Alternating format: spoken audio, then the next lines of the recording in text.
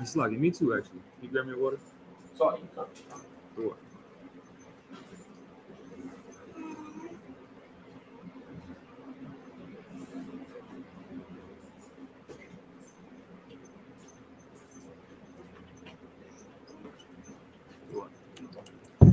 All right, Shalom, Israel. Yahbashim Yahshai Barakatham, Yahushim Alatham Bashim Yahushai.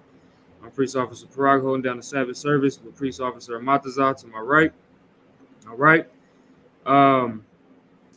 If you're watching online, the very bottom of the screen, you can see our class schedule and our class location.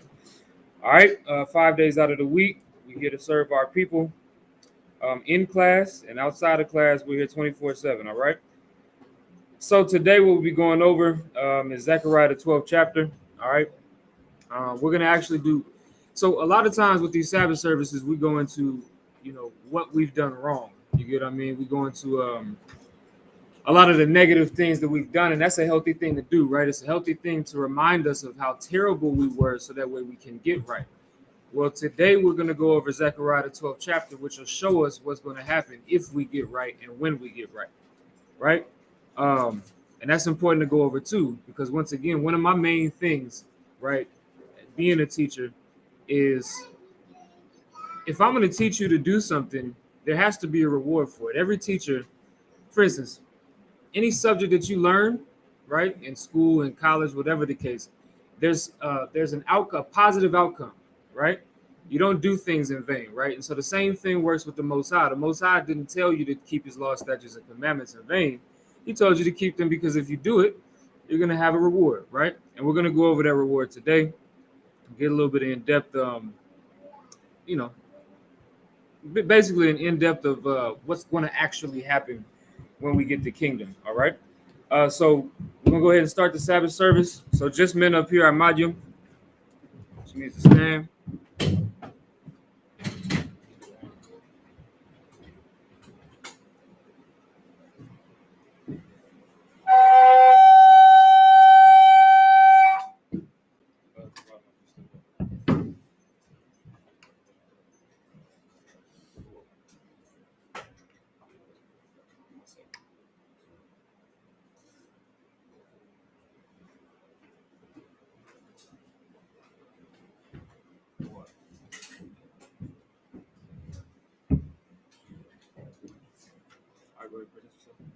Kabadamak Banya Hawada Banya Sarala. Kabadamak Banya Hawada Banya Sarala. Yahweh Bashim Yahshai Barakatham. Yahweh Bashim Yahshai Barakatham.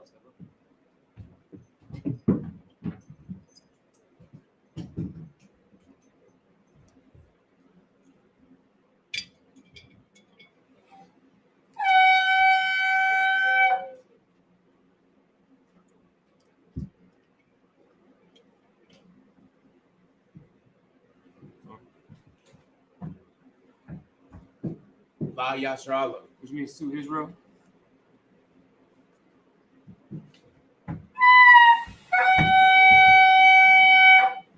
All right. Now we're going to get into the prayers. Everybody else, I Majim, Wapanyaha Godam, which means to stand and face the east. We're going to start with the Lord. We're going to start with the Lord's Prayer. Abanawa. Shabashamayim. Shabashamayim. Quadash. Hayah. Shamka. Yahweh. Malakwatha. Taba'ah. Ratazaka. Hayah. Aisha. Ba'aratiza. Kawa. Hayah. Bashamayim. Bashamayim. Nathanalau. Lacham. Kal. Yawam, Wasalachnawa, Chawawathinawa, Wasalachnawa. Chawawathinawa, Wala'a. Tabayanawa, Banasaya 1. a A ball, ball. Hawashinawa, Mayan. Rai, Kaya. Laka, Hamalakwa. Wa'ala, Watha Parat. La'ai Walamyam, Aman. The Lord's Prayer in English. Our Father, Our Father, which art in heaven, which art in heaven, hallowed be thy name. hallowed be thy name. Yahweh, thy kingdom come. Thy kingdom come. Thy will be done. Thy will be done. In earth, As it is in heaven. it is in heaven. Give us this day. Give us this day Our daily bread. our daily bread. And forgive us our debts. And forgive us our debts. As we forgive our debtors. As we forgive our debtors. And lead us not into temptation. And lead us not into temptation. But deliver us from evil. But deliver us from evil. Thine is the kingdom. For thine is the kingdom. And the power. And the power. And the glory. And the glory. Forever. So be it. So be it.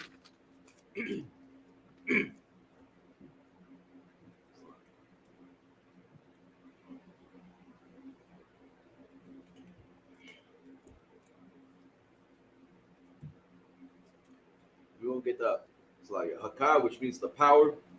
Yahweh. Ba'ashem Yahushai. Baba Kusha. Nathanawa. Hakat. Larapa'a. Kama. It's like Kamakala. Wakal. Madawa. Hakat. Latahar. Hamatazarium. Hakat. Lahakwayam. Hamathyam. Hakat. Al. It's like Rakawath. Hatama'ala. Lagarshan. Ba'ashem Yahushai. The water Aman. All right. The power in the English. Yahweh. Yahweh. In the name of Yahushua. In the name of Yahushai. Please give us the power. Please give us the power. The power to heal all manner of sickness. The power to heal all manner of sickness. And all manner of disease. And all manner of disease. The power to cleanse the lepers. The power to cleanse the lepers. The power to raise the dead. The power to raise the dead. The power against unclean spirits. The power against unclean spirits. To cast them out. To cast them out. In the name of Yahushua. In the name of Yahushai. Thank you, so be it. Thank you, so be it. We're going to get Psalms 121 in the Hebrew. Asha'a. Ayanya. Al. Haharya. Ma'ayan. Yaba'a. Azariah. Ma'ain. Yahweh. Asha. Asha. Shamayam. Wa'aratiza. Ayathan. Lamawat. Ragalka. Ayanawam. Shamarka. Hana. La'a. Yanawam. Wala'a. Yashan. Shawamar. Yasha'Allah. Yahweh. Shamarka. Yahweh. Tazalka. Al-Yad. Yamyaka. Wayamam. Hashamash. La'a. Yakaka. Wayarach. Balayala. Yahweh. Yashamarka. Makalrai. Yashamar. Athnapashka. Yahweh. Yashamar. Taza'athka. Waba'aka. Ma'aitha. Wa'ai. Iwalam. So Psalms the 121st chapter in the English. I will lift up mine eyes unto the hills. I will lift up mine eyes unto the hills. From whence cometh my help? From whence cometh my help? My help cometh from Yahweh. My help cometh from Yahweh, which made heaven and earth. which made heaven and earth. He will not suffer thy foot to be moved. He will not suffer thy foot to be moved. He that keepeth thee will not slumber. He that keepeth thee will not slumber. Behold, He that keepeth Yasha'Allah he that keepeth Yasha'Allah shall neither slumber nor sleep. shall neither slumber nor sleep. Yahweh is thy keeper. Yahweh is thy keeper. Yahweh is thy shade upon thy right hand. Yahweh is thy shade upon thy right The hand. sun shall not smite thee by day, The sun shall not smite thee by day, nor the moon by night. nor the moon by night. Yahweh shall preserve thee from all evil. Yahweh shall preserve thee from all evil. He shall preserve thy soul. He shall preserve thy soul. Yahweh shall preserve thy going out. Yahweh shall preserve thy going out And thy coming in. and thy coming in. From this time forth From this time forth and even forevermore. and even forevermore. We're going to get Psalms 83 in the Hebrew. Alahayim. Alahayim. Al. Al. Damaya. Damaya. The Ka. The Ka. Alpha Karash. Alpha Karash. Wa Al. Wa Al. Tashakwat. Tashakwat. Al. Al. Kaya. Kaya. Hana. Hana. Awayabyaka. Awayabyaka. It's like Yahama. Yahama. Yawan. Yawan. Ra'ash. Ra'ash. Al. Al. Amaka. Amaka. Ya'ira. Ya'ira. Yamawa. Yamawa. Sawada. Sawada. Wayatha. Wayatha. Ya'itazawa. Ya'itazawa. Al. Al. Tazapa. Tazapa. Wanyaka. Wanyaka. Amarwa. Amarwa. Lakawa. Lakawa. Wanakakidam. Wanakakidam. Magalia. Magalia. Wala'a. Wala'a.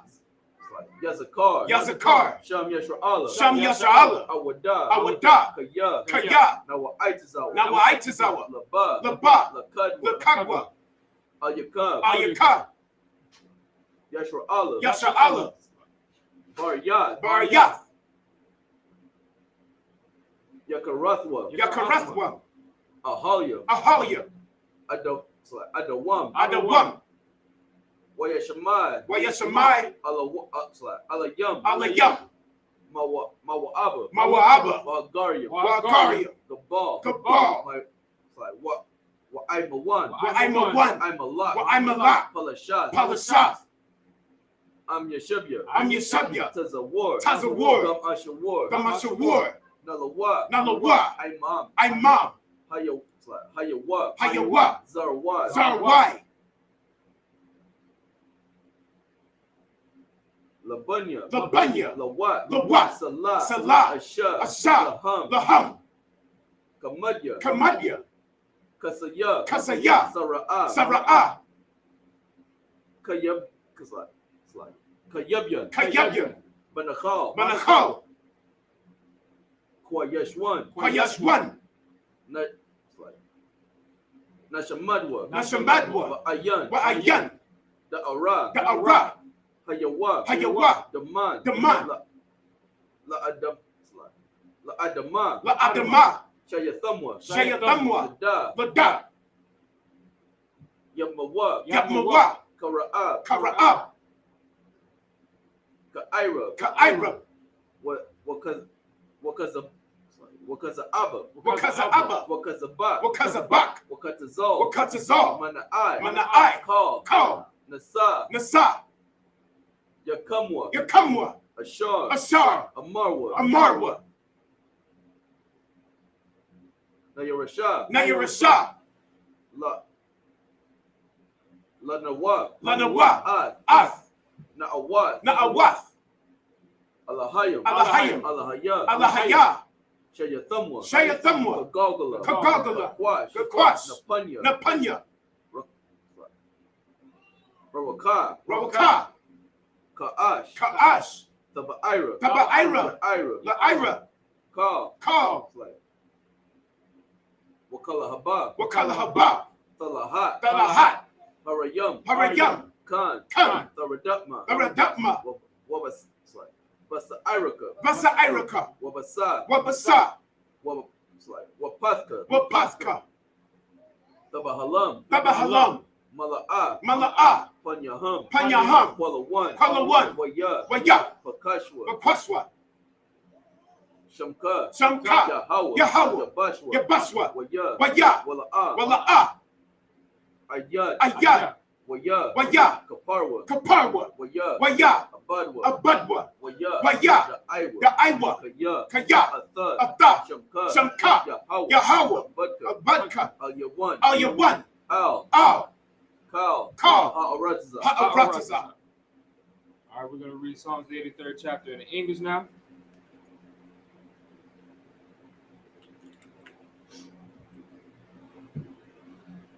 Keep not thou silence, O Yahweh. Keep not thy silence, O Yahweh. Hold not thy peace. Hold not thy peace. And be not still, O Yahweh. And be not still, O Yahweh. For lo, For lo, thine enemies make a tumult. thine enemies make a tumult. And they that hate thee have lifted up their head. And they that have thee lifted up the head. They have taken crafty counsel against thy people. They have taken crafty counsel against thy people. And consulted against thy hidden And ones. consulted against thy hidden ones. They have said, They have said, Come, come, and let us cut them off from being a nation. and let us cut them off from being a nation. That the name of Yashar'Allah That the name of Yashar'Allah love. Maybe no more remembrance. Maybe no more remembrance. For they have consulted together with one consent. For they have consulted together with one consent. They are confederate against They are confederate against thee. the tabernacles of Edom. The tabernacles of Edom. And the Ishmaelites. And the Ishmaelites. Of Moab.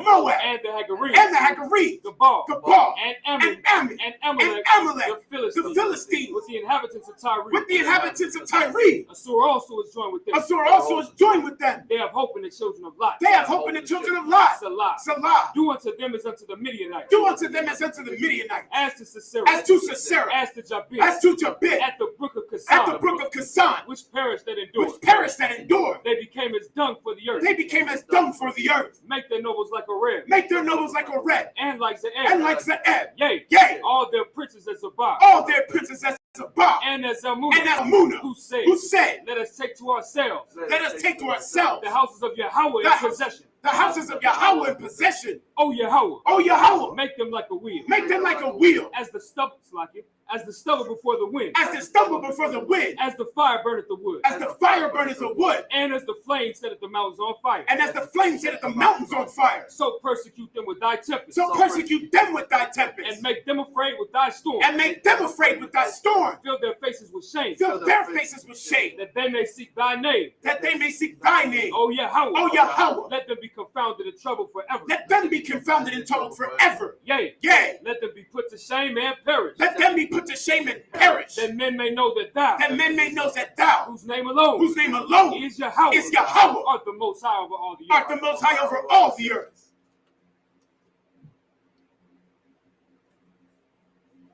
We will get the blessings in the Hebrew. Barakatha Yahweh. Barakatha Yahweh. Wa Yahweh Shai. Wa Yahweh Shai. Wa Mayaka'ala. Wa Mayaka'ala. Wa Allahayim. Wa Allahayim. Matazab Ya'ah. Matazab Ya'ah. Alawab Yahana. Alawab Yahana. Ha Alawabyam. Ha Alawabyam. Hasaranyam. Hasaranyam. Hakwatazayanyam. Hakwatazayanyam. Hakayayanyam. Hakayayanyam. Wa Wahakwathyam. Wahakwathyam. Yahweh. Yahweh. Ba'ashim Yahweh Shai. Ba'ashim Yahweh Shai. The water Aman. The water Aman. We're going to get the blessings in the English. Bless you, Yahweh. Bless you, Yahweh. And Yahweh Shai. And Yahweh Shai. And Michael. And Michael. And the angels. And the angels. Commanding General Yahana. Commanding General Yahana. The general. The general. The captain. The captain. The officers. The officers. The troopers. The troopers. And the sisters. And the sisters. Yahweh. Yahweh. In the name of Yahweh Shai. In the name of Yahweh Shai. Thank you, so be it. Thank you, so be it. All right. Sorry while you're shopping, we can be seated.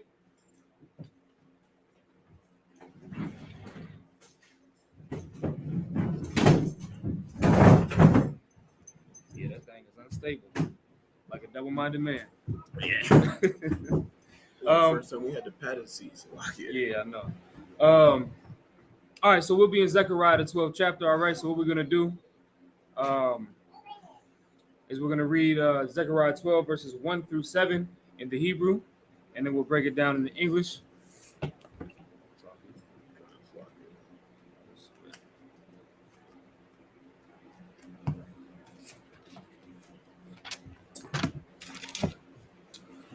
Just keep going. Are you using this?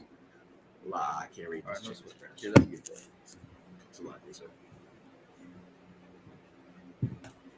All right, so Zechariah chapter 12, verses 1 through 7 in the Hebrew.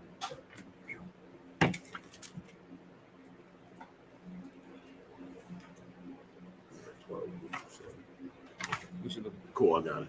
Oh, My phone doesn't hold like 2 apps at a time. oh okay. That's all. Zechariah's and the 12 prophets, Sir. and then chapter 12.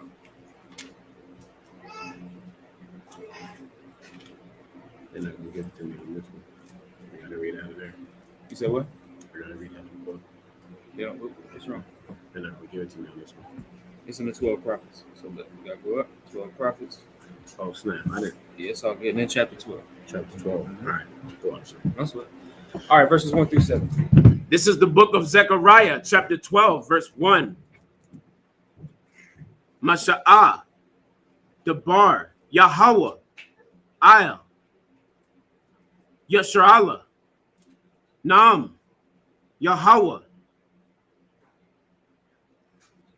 Natah, Shamayam, Wayasad, Aratazah, Wayatazar. Rawaa. Hadam. Salakia. Adam. Bakwar Bawa. Verse 2. Hana. Anakaya. Sham. Ath. Yarawa. Shalom.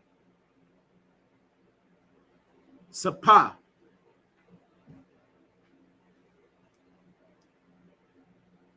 Ra'al. Lakal. Ha'aimyum. Sabayab. Wagam. Al. Yahawada. Yahaya. Bamatazawar. Al. Yarawashlam. Verse 3. It's like that's Jerusalem, so it's Yerushalayim. Yerushalayim. Yeah, it's exactly like that. Kind of. The water, sir. That's what Salakia. Salakia, sir. One more time. Yerushalayim. Yerushalayim. Mm-hmm. Yerushalayim. Salakia, sir. Verse 3. Wahaya. Bayawam. Hahawa'a. Ashayam. Salakia. Ashyam. Atha. Salakia. Is that Ath? In verse 3, the second line of I ain't even know what I'm checking comments. Sir. All right. You said verse 3? Yes, sir. Where? The second line, first expression. Ath? Is that Ath or Atha? No, that's Ath. Salakia. Ath.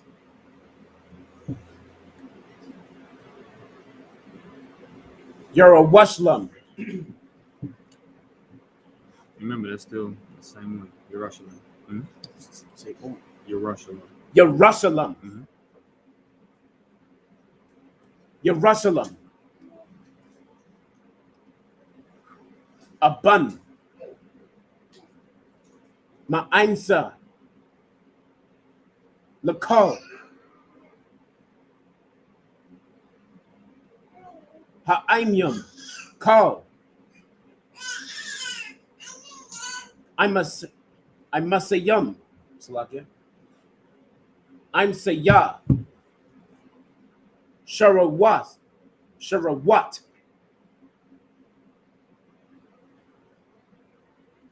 Yasharatwa. Wana asapawa. Al-Yaha. Kal. Gawayaya.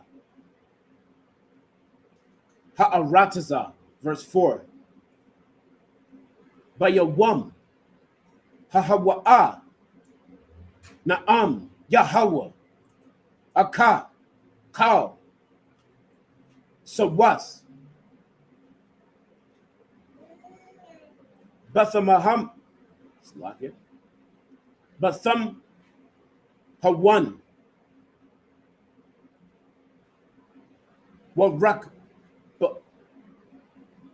Warakabwa.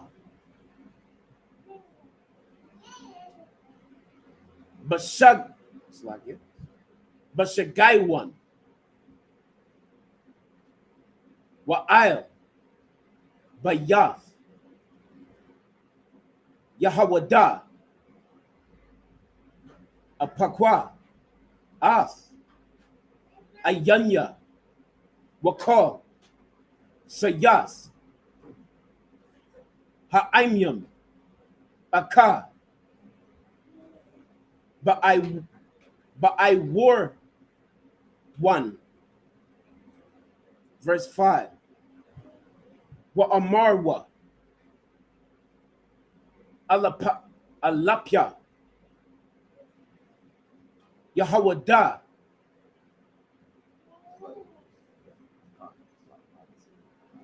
Another one come.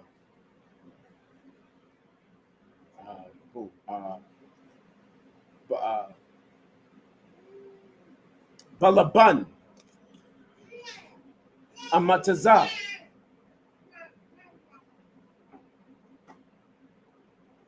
Laya, Yeshabya, Sharawashlam. Is that Jerusalem? Where you at? Verse 5, sir, and then the Talking about right here? sure. I don't see a shot at the beginning of that. Yes, You sir. see a shot at the beginning? Yeah. Oh no. Oh shit. Yeah. Look like You're, yeah. you're a wash. Yeah, you're Russian. You're Rushalam. Mm-hmm. Yeah. You're a Washalam. You're a Washalam. No, just Yerushalayim. You're Rushalam. Mm-hmm. Yeah, okay, so the Ra and the Wa are connected. All right? So it's like Ra, right? So Ra. Yerushalayim. You're Yeah. Rushalam. Yeah. Okay, all It's right. all good. We're going to get there. The water. Nah, yeah, We're going to get there. that's the light. Okay, all right. You're Rushalam. All right. So obvious, sir. No, you got it. But Yahweh. Tazaba Awath.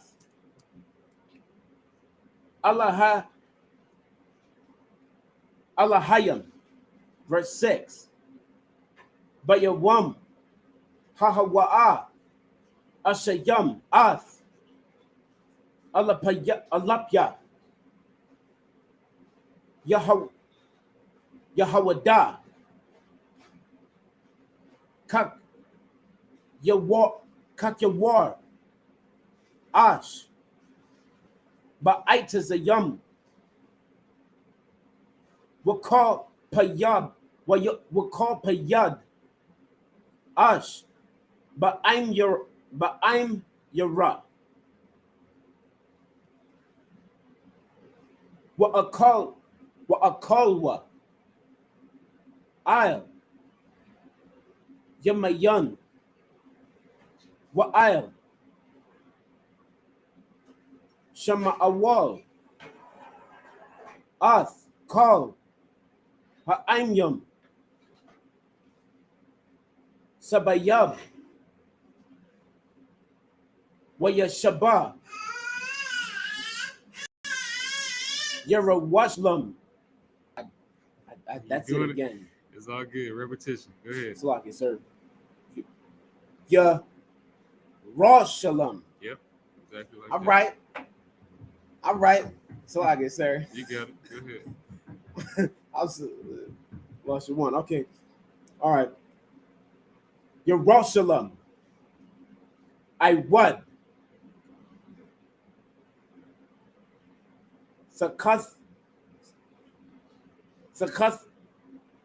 Sakathya. By Yerushalayim. By Yerushalayim. By Yerushalayim. All right. Verse 7.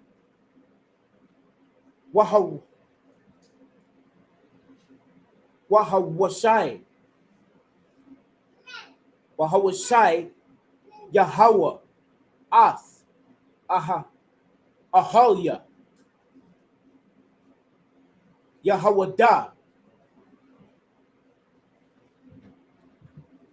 Bara'ashana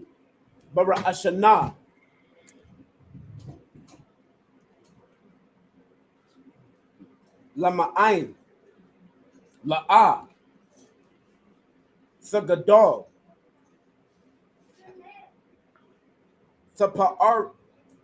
Saparath Bayath Dawada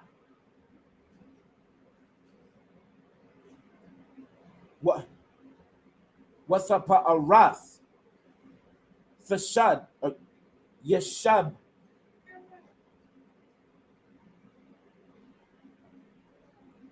Jerusalem. There you go. I'll Yahweh. All right. So that was verses 1 through 7 in the Hebrew. All right. So now we're gonna get 1 through 7 in the English. All right. Let's see. I think it's good. No, it's all good. I'm pretty sure she was on it. Let me see. Where we at? So 12. Just want to show y'all something real quick outside of the chapter.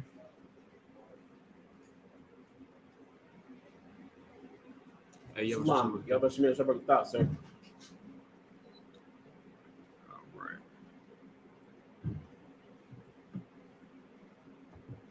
Shalom. Y'all better share some thoughts. All right, let's just get to it. All right, so let's Come on, get sir. Zechariah the 12th chapter. We'll start at verse 1. All right. Come on, sir. This is the book of Zechariah, chapter 12, verse 1.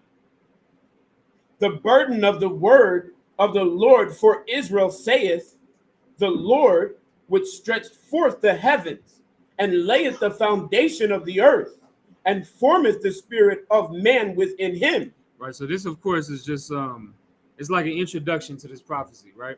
And so, of course, with the introduction to this prophecy, right, the Most High is reminding you once again who He is, right? And He always does that. We talked about this last week in the Sabbath service, right? He's constantly reminding you of who He is because we have to constantly be reminded, right? So He said, "This is the Lord which stretcheth forth the heavens and layeth the foundation of the earth, and formeth the spirit of man within him." Right? You find that all throughout the scriptures, right? Keep going. Verse 2, behold, I will make Jerusalem a cup of trembling. I'll make Jerusalem what? A cup of trembling. To who? Keep going. Unto all the people round about. So now it says, "Behold, I will make Jerusalem a cup of trembling unto all the people round about." What does that mean? If I'm gonna make Jerusalem, the Most High said He's gonna make Jerusalem a cup of trembling to everybody that's around Jerusalem. Anybody thinks? Love you, sir. I'm gonna make Jerusalem to be feared by all people. Right. A cup of trembling, right? So that's what it is, a fear, right?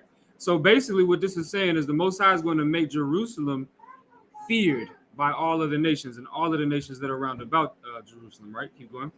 Round about, when they shall be in the siege, both against Judah and against Jerusalem. So now it says against Judah and Jerusalem, when they shall be in a siege against Judah and Jerusalem. So what's that talking about? It's talking about when other nations try to make war with us in this day, they're going to be fearful of us, right? I wasn't going to pull this precept. Give me Deuteronomy, the 28th chapter, though. All right? Give me Deuteronomy, the 28th chapter. Let me see.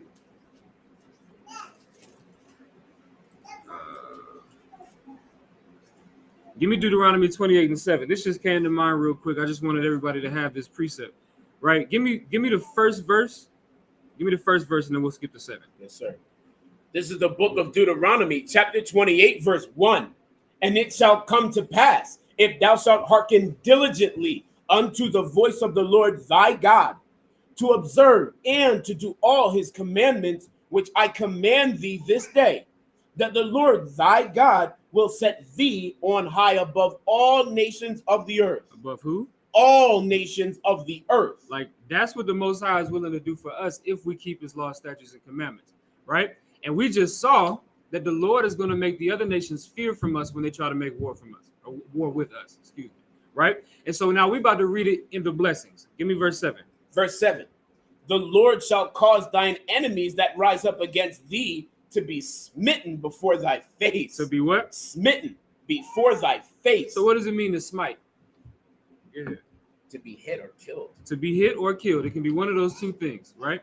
Or both, right? And that's what the Lord is going to do if we keep his law, statutes, and commandments. Or I should say when, right? Because this is going to have to happen, right? The Lord's not going to allow us to be an unrighteous people forever. The Lord's going to have to step in. And that's why what we're reading about is the Lord stepping in, right? What we're reading about in the book of Zechariah, the 12th chapter, is the Lord stepping in. And now there cannot be any more unrighteousness. We'll read about it, right? He's going to destroy all of the idols and all of the altars to the idols, right? And so because that's the case, when we keep the law, right?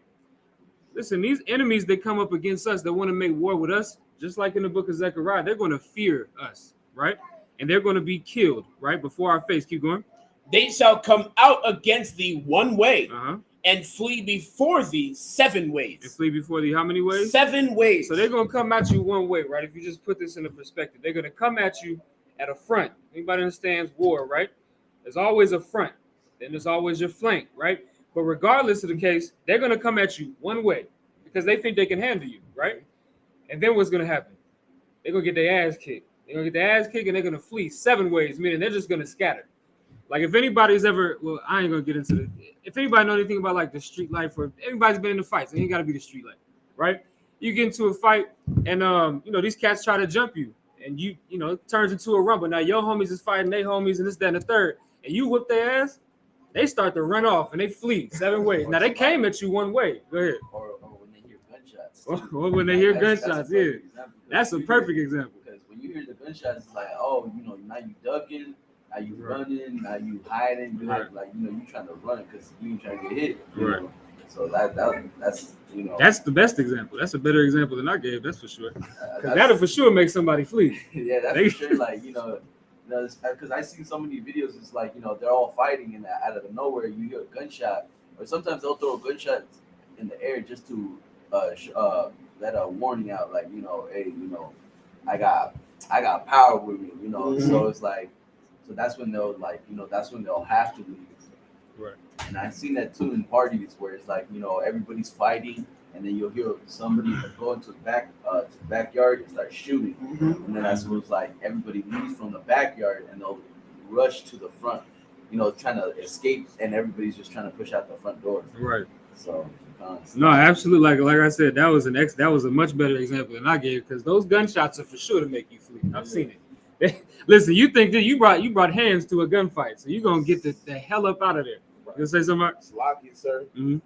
To build on what the officer is saying, gunshots will certainly make everybody who's afraid flee. It's the same thing that'll make Christians who opposes the UPK duck. That's true, because listen, the scriptures call what Christ has. His words are as the sound of many waters, and that's not like his voice is just extremely loud. It's just his voice cuts deep. You get what I'm saying? And that's the voice that we carry in the UPK. And so all of the other camps, all of the other Christians, and all of these cats, they come up against our cats and they flee the same way, right? Because they're our enemies, whether we like it or not, right? Whether we want to accept it or not. Every other fake Israelite group, every other Christian group, every other, Muslims, all of them. If they're not in here, they're our enemy, right? Because the scriptures say, if you're not with us, then you against us. It's that simple, right? So that's another good example too, right? And so that's the point, right? So let's get back to Zechariah, all right? Because we just saw that the Most High was going to make us a cup of trembling, make Jerusalem a cup of trembling. Nobody's going to come up against us. It's just not going to happen, right? They're going to learn the hard way, right? Let's keep going. It's the book of Zechariah, chapter 12, verse 3. And in that day, I will make Jerusalem a burdensome stone. Hey, what? A burdensome stone. Go ahead. For all people. So for all the other nations, Jerusalem, right, which of course is symbolic for the children of Israel as a whole, right? Every Israelite that holds fast to the commandments of the Most High will become a burdensome stone for all people, all of the other nations, right? Keep going. All that burden themselves with it shall be cut in pieces. So what does the word burden mean? Anybody can answer that. Anybody can answer what does the word burden mean? Go ahead. Something that is difficult to deal with. Right. A burden. Let's get the definition. Oh, You're not sorry, wrong. sir. No, you're not wrong. But let's get the definition. Come on, sir. Right. Like, and this is what's beautiful about the way that the Most High set up the scriptures, because He's showing us what's to come. He's showing us that this is going to happen, whether we like it or not. Like whether we decide to get right or not, He's going to make us right, and we're gonna read it, right? Give me burden. Burden, a load, Mhm. typically a heavy one. So a heavy load, right? Is that it on that? Yes, sir. So look, that's the burden that we are going to become, right? Now, what are we now? Like, is anybody? Go ahead. We're the valley of dry bones. Well, that's true. But I'm saying, so what are we now as opposed to being a burden? Like when they come up against us, we're not a burden to them because they can just kill us, right? It's not, they could just put a bunch of bullets in us and the police officers, they do it, they get away with it, right? George Zimmerman, he's not even a police officer. He was blackwatched. Right. You know what I'm saying? Right. And he got away with it. So they can just kill us. So what are we right now? We're meat to the rest of the nations. Give me the perfect word.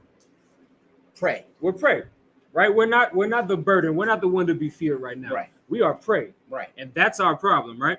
But in the days to come, right, when Christ returns and establishes the kingdom on earth, we're going to become a burden to all the other nations. And everybody that burdens themselves with us shall be cut in pieces. meaning they're not going to be able to survive it. Keep going. Though all the people of the earth be gathered together against it. Everybody going to try to come up against us. Everybody. And it's going to happen. Read the book of Revelations. You'll see that the nations are going to try to fight Christ. The nations are going to be so damn, stupid to think that they can come up against Jesus Christ. Right? They're going to see this legion of angels, millions of angels come down with Christ, a black man, with these chariots, and they're going to think that they can fight him. Right? And so but what we got to understand about that is they're going to try, right? Though all the people of the earth be gathered together against it, whoever tries to burden themselves with us, they're going to be cut in pieces. They're not going to be able to survive, right? Let's keep going. Verse 4, in that day, saith the Lord, I will smite every horse with astonishment, and his rider with madness. And I will open mine eyes upon the house of Judah, and will smite every horse of the people with blindness. So, okay, there's a perfect example for this. And somebody got to give it to me. Somebody has to give me the perfect example of this right here, right? I will smite every horse with astonishment and his rider with madness. That's a perfect example. Y'all got to know it. If y'all been in this Sabbath service, y'all got to know it. Right? If you go back into the book of Exodus and you look at the Exodus from Egypt, what did the Most High do? He did the same thing we're talking about right here. He's done it before. He'll do it again. Right? So now back then it was actual horses. All this is talking about is the method of their warfare. Right. And so this is what the Lord is going to do once again. He's going to cause those horses to be blinded. He's going to smite the horses with astonishment and the rider with madness. Basically, what all that's saying is the Most High is going to stop the force against us. They're not going to be able to get too damn far, right? And that's what we got to look forward to, because he also said within that same verse, he said, I will open mine eyes upon the house of Judah, right? He's going to watch over us. And that's what we like. And the Most High does that already. But right now, he's allowing our enemies to be on top of us because of the curses of Deuteronomy 28. But the thing about the curses of Deuteronomy 28 is they're not permanent, right? Why are they not permanent? Because when Christ establishes the kingdom, there can be no sin in that kingdom. And we're going to read about it. Let's keep reading. Verse 5. And the governors of Judah shall say in their heart. The who? The governors of Judah. So the governors of Judah be like the judges of Judah, the ruling authority, right? So keep going. The inhabitants of Jerusalem shall be my strength in the Lord of hosts, their God. So who shall be their strength? The Lord, their God. So the inhabitants of Jerusalem shall be my strength in the Lord, right? The inhabitants, right? If you don't, this is when we really got to understand this, especially as being men in positions of authority over Israel. You must have compassion and love your people above all else. And that's why they're saying, right, the governors are going to say that the inhabitants of Jerusalem, right, are my strength. Give me Psalms the 137th chapter, because David did the same thing. David understood that he had to put his family first, which is Jerusalem, which is Judah. He had to put Israel first, right? So he understood that, and we're gonna read about it. We're gonna read the whole chapter. It's a quick one, and I'm gonna give a couple of kickers in there on the side of this one, right? So give me 137 and 1. This is the book of Psalm, chapter 137, verse 1. By the rivers of Babylon, there we sat down. Yea, we wept when we remembered Zion. We hanged our harps upon the willows in the midst thereof. For there they that carried us away captive required of us a song. Of us a what? A song. Keep going. And they that wasted us required of us mirth, saying, sing us one of those songs of Zion. So now, when they took us into captivity, they wanted us to sing the songs of Zion, right? Like if you read the book of Psalms, those are songs, right? Those are songs and they're poems, and those are beautiful, warlike songs. Even if you go into Exodus the 15th chapter, Exodus the 15th chapter is a song that Moses sang unto the Most High after he led them out of captivity, right? This is something that the whole world knows about the children of Israel. Right. Is that we have that talent, we have that salt. You Right. understand? You can just look at Motown. You can look at the different, things we do in the entertainment industry. Right. And they require that of us. Right. They wanted us to sing that song, you understand, in captivity. Right. And that's what our people do today. We sing that song, you understand? Right. We entertain the whole world. Sure. We all in this room, we know that we entertain, we are the salt of the earth, and everything pumps off of us. Mm-hmm. And we have that something that the Lord has put in us that no one else has. Mm-hmm. You understand? I just wanted to add that. No, absolutely. That's a beautiful way to make a correlation to what's happening today, right? Because everything that we do is we shuck and jive for the oppressor. Right. Like you said, and like the scriptures say, they require of us a song. Right. They want us to sing and dance for them. Why? Because we are the best singers and best dancers. Right. You know what I'm saying? We're the best football players. We're the best basketball players. We're the best track athletes. So they want us to do what? They want us to shuck and jive for them. If we don't do it, what is it? It's shut up and dribble. Right. If we don't do it, like, why don't you go back to your country then? Right. You lucky you here. Right. You lucky you making $1 million, Kyrie. Right. Colin Kaepernick, you lucky that you know what I mean. That you're making all this damn money. Why don't you just play football? Well, I just want to sit down on my Monday night and eat some popcorn and enjoy my football.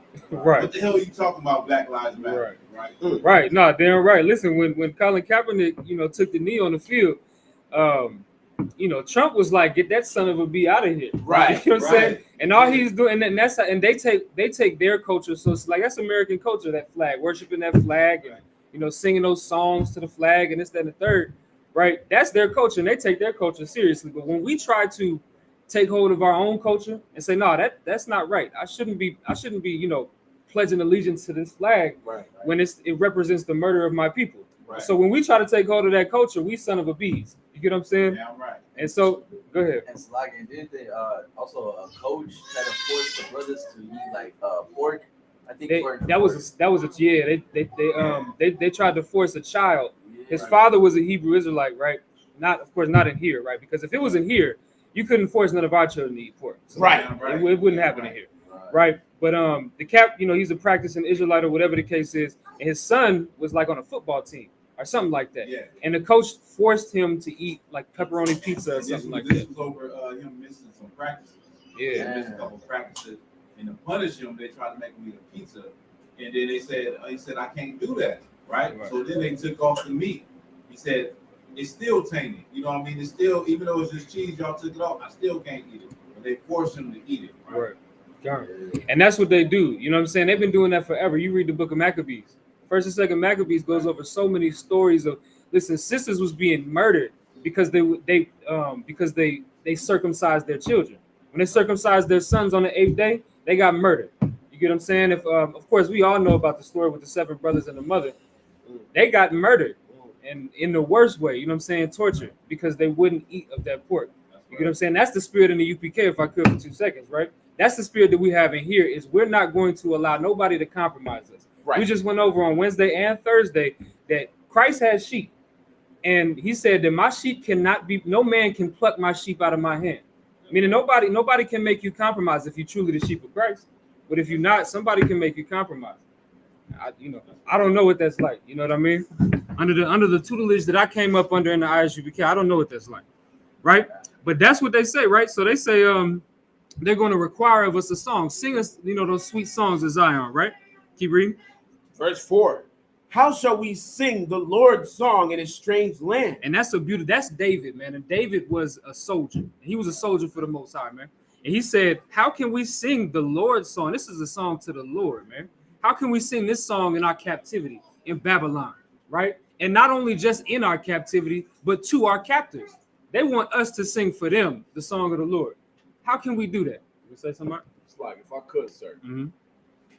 That, like, what I'm getting at, Malak Dawadas laying down is like when we do anything to entertain our enemy, they're forcing upon us to make a mockery of ourselves after they've conquered us. Well, they'll forget that. That's true. And they're causing us to forget Jerusalem, which is the next verse. Watch, read that. Yes, sir. Verse 5. If I forget thee, O Jerusalem. Oh, who? O Jerusalem. Now, this isn't talking about just the land Jerusalem, right? This isn't talking about, the dirt in Jerusalem. Jerusalem is the land plus the inhabitants thereof, right? The proper inhabitants thereof, right? Which of course would be the Israelites. So he's talking about his people. He's talking about his people. He said, if I forget thee, O Jerusalem, keep going. Let my right hand forget her cunning. Let my right hand forget her cunning. What was David? What was King David? He was a killer. He was a killer. He was a warrior. That's what he was. And so now if he's a warrior going out to war, if his right hand forgets his cunning, what happens to him at war? He did. He's dying. So he'd rather die than forget Jerusalem, right? But let's keep going. There's Verse more 6. to it. Go ahead. If I do not remember thee, let my tongue cleave to the roof of my mouth. Mm-hmm. If I prefer not Jerusalem above my chief joy. Above my what? Chief joy. You have to prefer Jerusalem above your chief joy. The thing that makes you the happiest. Some of y'all, it might be your rib. You know what I'm saying? Ask Ezekiel. He found out the hard way that he could not put his woman above Jerusalem. Right. Because when he did that, the Lord took his wife from him. You get what I'm saying? Some of y'all chief joy might be getting high, right? The Lord is going to show you that cannot be your chief joy. Jerusalem has to be above all of that. Right. You get what I'm saying? Some of y'all like to sleep in. On the Sabbath service, you can't sleep in. On the Sabbath, you got to come and congregate. It's a holy convocation. You got to do it. You get what I'm saying? You have to put Jerusalem above your chief joy, and that's what David did. David said that I would rather my tongue cleave to the roof of my mouth than for me to forget Jerusalem, right? Now, I wasn't going to read the rest of this. Let's get verse 7. Let me just say something. Come on, sir. What I'm seeing here also is I'm going to skip up a little bit when it goes in verse 3 where it says, they that wasted us away require mirth. They wasted us away. They murdered us. They raped us. They robbed us. Right. You know what I mean? They did all type of things to us, and they require us to be happy. Right? They require us to be in good spirits all the time. That's what mirth is, to be in a good, just good spirit. Right. Forget about the past and just be in a good spirit. Right. And then it goes on. It talks about, well, what it's saying is also is that, they done carry this away and they require this song. They want us to be happy. And in doing that, we start to forget about our culture and start to love their culture. Right. We start to love America. We Right. start to, we going to work. We got our aspirations, our motivation. Right. We want to, have this career. We want to do this. We want to do that. And we forgot about who we are because we're so in tune into what America wants us to be. Right.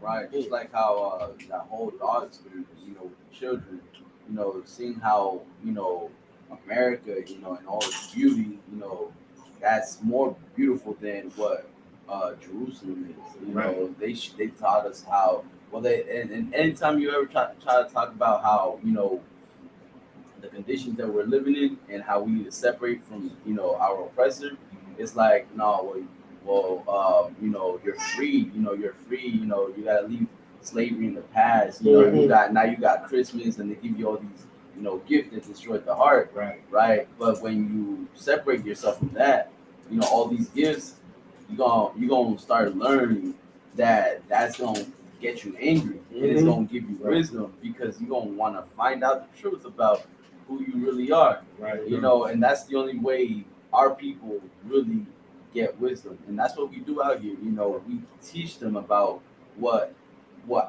we uncover the nakedness of America, which they try to hide. Right, we lift the skirt up. Right, lift the skirt up. America. Right, exactly. Show the shame of America. Right, because like in Obadiah, shame shall cover thee. Right. Because America, and that's the only way our people can wake up to the truth. That's why some people get mad, and that's the right spirit to have. Is to be angry at the trauma that they have caused on our people, and that will cause you to wake up. That will cause you to change, man. Damn right. No, damn right. That's right. Let's get back to Zechariah the 12th chapter. All right, so we can get the next brother up. Who's at verse 6? All right. So just to give you a kind of recap, I know we kind of went off on a couple of subjects. It's all the same thing, right? But just to give you a recap, right? It said, "And the governors of Judah shall say in their heart, the inhabitants of Jerusalem shall be my strength, and the Most High of the host their power." Right? You have to be like David is in Psalms 137 chapter. That's the point. If you want to be the 144,000, the ruling authority of men in the kingdom of Israel, or in the kingdom of heaven, you have to be just like this. You have to put Jerusalem above your chief joy. and you have to put the people of Jerusalem above your chief joy, which so many people do not do, right? Let's keep going. This is the book of Zechariah, chapter 12, verse 6. In that day I will make the governors of Judah like an hearth of fire among the wood, and like a torch of fire in a sheath. And they shall devour all the people round about, on the right hand and on the left. So what is this talking about? So like it's warfare. Right, it's like the governor, like, okay, you think about a governor or a judge. What does the judge do? It's like a sentence or give mercy. Right, but basically judges, right? Exactly. That's exactly what you said. Give a sentence, right? And so now what are these governors going to do? What are these judges going to do? They're going to be like an hearth of fire among the wood and like a torch of fire in a sheath. And they shall devour all the people round about. Now, why does Israel right now, today in America, not have any power? Good. Salagi, sir. Because we have not come back to the law, statutes, and commandments enough to satisfy the Most High. Right, and like we're in the land of captivity because of it. So how can we be a judge in this land? Right. We can't be a judge in America. And then when we do become so-called judges in America, we don't have righteous judgment. Right? The sister that sentenced what's her name, Amber Geiger, right? The murderer of Botham John came through and stroked her hair, gave her a Bible, and gave her a hug, and gave her 8 years. Ooh-wee. That's ridiculous. And it's like, go ahead. If I could, and said sorry after. Right. You know, was apologizing like, no, I didn't mean to do this, master. You know, but you know, I have to do it. But that's the point. Like, we don't even know how to be judges right now. You get what I'm saying? We don't even know how to be judges, and the best of us today are wicked as hell. You know what I mean? You say something? So if I could, sir, to build on what the officer is saying, not only did she give that murderer who murdered our brother, a sentence that is unjust, but then she did multiple interviews talking about how we need to be merciful, right? And how she felt bad. But the same sister that sentenced that devil to 8 years has sentenced so many black men. You got to look at her track record. If you look at her track record, she sentences black men to the statistics is that she sentences black men specifically to longer durations and longer sentences than white people. Right. Like you have to look it up. I'm telling you, go on Google, put it in your Google, and you'll see that she constantly is sentencing black men to harsher punishment than white people, white man, woman, whatever the hell, right? But that's of course because we're terrible at being judges, right? You had a question? So that's okay. So you ever heard about the story of Botham John, the brother that was murdered in his house? Well, just to give you a quick recap, right? So Botham John was a brother. He was a Benjamite brother. He was in his house, right? He was eating ice cream, watching TV. There was this white woman, right? I think she was a police officer, right? Yeah. So she lived in the same apartment building as him, right? And somehow she gained access into his apartment. Walked in there, totally different apartment. She knew it wasn't her apartment, right? She walked in there, see the brother on the couch eating ice cream. I can't recall. I think it was cracked. Okay. He was in there eating cereal, just chilling. Yeah. So he eating, I thought it was ice cream, whatever the hell. He eating something, just chilling on the couch watching TV. And so the chick come in there, man, and Tammy Kemp. Oh, okay. So she come in there and it just killed her, but she murdered the brother. You know what I'm saying? So not only did she commit a breaking and entering, which is a serious offense, a serious felony, but then she committed first-degree murder because she murdered this brother.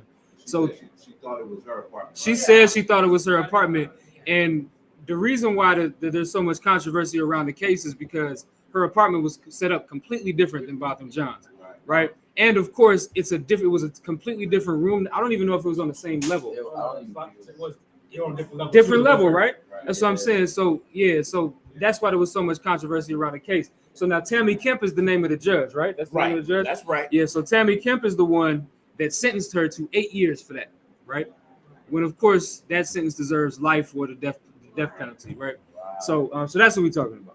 Good. Slog, if I could, sir, I actually have been in a situation where I walked into a different apartment on a different level, and the door was actually unlocked. So I walked into this apartment, same positioning one right above the one right beneath the other. So I actually did that. Yeah. But this is what I did do. I did inspect and look around, and I don't remember. This ain't my house. Yeah, I don't. You know what I'm saying? And I thought to my, and before anybody came out of any room, I thought to my, where's the television? Right. And I didn't It's just all pull out different. a burner and whatnot. And Yeah. No, go ahead. it's like, and furthermore, if I would have seen someone who I know doesn't live here, my first instinct isn't to shoot him or try to kill him. Is what are you doing in my apartment? Right. They're probably going to say. Even before that happens, you know this is not your Right. spot. Right. You know what I'm saying? Like you said, where's the TV? Like when you walk into your house, you know it's your house. Right. Your couch. How many times have you walked out in the parking lot and you went to the wrong parking and was your Yeah. car? Right. And you're like, Right. oh, where am I at? This is not my game. Right, because you And know. Right. Not only that, but it makes you feel like embarrassed. Like, Right. it makes you feel like Yeah. it's like how you like that. Man, Yeah. you know, pride in this woman Mhm. to pull out her own, like Right. pull out the gun and not give the brother a chance to react. Right, you're right. Like, you know, that's the pride in, you know, the oppressor, man. Like she doesn't feel embarrassed, she doesn't feel ashamed of walking into you know, getting confused, but Yeah. she will cry for your compassion. Right. She'll cry for your compassion when she knows she did something wrong. Right. That's the pride came before anything though. Right. That's all you gotta see, man. You gotta see the pride in her. Those tears is all it took for Mhm. that judge to Mhm. feel some type of compassion for her Right. and caress her hair Right. and give her a hug. And like the brother said, like Barack said, like how many black men have she sentenced? How many black women have she sentenced? Right. Hispanic women. Did she walk up to them while they were crying Right. and caress their hair and give them a hug and hand them a Bible and says she gave that woman her personal Bible, right? Yeah. It was a personal. It was like a limited edition personal Bible Yeah. that she gave. She keeps it on her Yeah. on her thing, on her desk. Yeah, and that's talking about the compassion and the love we have for our oppressor, man. Right. And we don't have that for one another. We don't even we see criminals and thugs and people that deserve to be in prison when our people stand before the judge, right? Right. Right. Now, and that's another, like, just to give you a couple of examples, right? Like, even the way the judicial system is set up, and she's been a part of this too, this Tommy Kemp brought, okay, so the sentence for, one of the mandatory sentences for narcotics is 10 years, right? She's done that multiple times. Look at her track record for carrying narcotics, right? Now this devil murdered a man, and she got 8 years, and she's up for appeal already. Meaning she could get out. I think it's been like 3-4 years. So now she might even be able to get out sooner than that. So she's now, of course, there's drugs, narcotics, smoking weed, getting high, selling drugs, all of that is terrible. It's all witchcraft, right? You shouldn't be doing that either. Right. But they're placing a black man's life below narcotics. You get what I'm saying? Like, narcotics are worth more to the white man than a black man's life. You get what I'm saying? And of course, we still 3/5 of a man. So they're still looking at us the same way as 3/5, and I mean that was called a 3/5 compromise. Right. I mean, they didn't want us to be anything, so they compromised, and so that way, and that had everything to do with money and tax and being able to count on the what are those things called, the censuses, right? Right. But regardless of the case, right, they had to compromise for us to even be 3/5 of a person. You get what I'm saying? So that just shows you, right? And so now we as black people, we think that we can take part in being, a so-called judge in this society when it's just not possible. Right. Right? It's just not possible because there's no way to be a righteous judge here. That's why we don't tell nobody go into the white man's military. You get what I'm saying? Some of these other fake groups, they'll tell you to go into the military. They'll tell you to become a police officer. Some of them, their leader is a police officer. They're wrongly in prison, 2 brothers. You get what I'm saying? You can't be a righteous police officer here. Right. Because you're going to be put in a position where it's either that job or serving God. You're going to. Right. You get what I'm saying? We have brothers in here that was police officers at one point. They just couldn't do it anymore because when they came into the truth, they realized I'm going to have to choose between one or the other. Right. Now that's righteous judgment. That's what we build in the UPK. That's why brothers that are in here, they cannot be, in the white man's military going over there killing a bunch of people for the white man's wars. You get what I'm saying? They can't be a police officer and lock innocent black men up, knowing that they can do something about it. You get what I'm saying? And that's the point. Right, let's get verse 7 for time's sake. Verse 7. The Lord also shall save the tents of Judah first, that the glory of the house of David and the glory of the inhabitants of Jerusalem do not magnify themselves against Judah. Right. So the Lord shall save the tents of Judah first. Right. So what is this talking about? Go ahead. Being that Malachi Hawashi is of the tribe of Judah, and historically, Yasharallah has an issue with family feud. Whereas during the schism, there Israel, which would be the northern kingdom, was against the southern kingdom. So the Most High sees this, and we're not going to have that again. Right. I mean, for the most part, you're right. Right. So all Israel is going to be saved. You can read that Romans 11:26. All Israel is going to be saved. Right. But the scriptures say, or the Lord is saying, that he's going to save the tents of Judah first, that the glory of the house of David and the glory of the inhabitants of Jerusalem do not magnify themselves of Judah, or excuse me, against Judah. What happened when the kingdom split? Like what happened? Everybody just broke apart and started fighting. But how did it split? You had the house of what and the house of what? What? There's a house of Ephraim and Judah went against each other. Yeah, how did go ahead. Because the northern kingdom didn't like that. They didn't have an inheritance or could become king because it was established that the king over all of Israel would all come from the line of Judah. Who was the king at the time? At the time it was Jordan. Nah. Yeah, it's Rehoboam. That's Solomon, right? Yeah, Solomon's son. Rehoboam. Rehoboam. Mm-hmm. Yeah. Rehoboam was the one from north. Yeah, that's the one. Okay, so and this is what you want to remember too about this whole situation with the northern southern kingdom thing. It was always a fight for power. It's always what it was. And so when the kingdom split, that's what it was about. So the Lord is establishing something here. He's saying, listen, all Israel is going to be saved, but he's going to save the tents of Judah first, that the glory of the house of David, because remember, that's the throne that sits forever. That's why we rock these shields. We rock these shields because this represents the kingdom of Christ. Christ sits on the throne of David, and this is David's signet. That's why we rock these. You get what I'm saying? And that's why we use it right now, right? And so the house of David is going to stand forever. So that's why he has to save Judah first, so that the inhabitants of Jerusalem, the rest of Israel, doesn't magnify themselves against Judah. You get what I'm saying? It has to be a balance, right? So that's the point. Any questions on that? Anybody? Go ahead.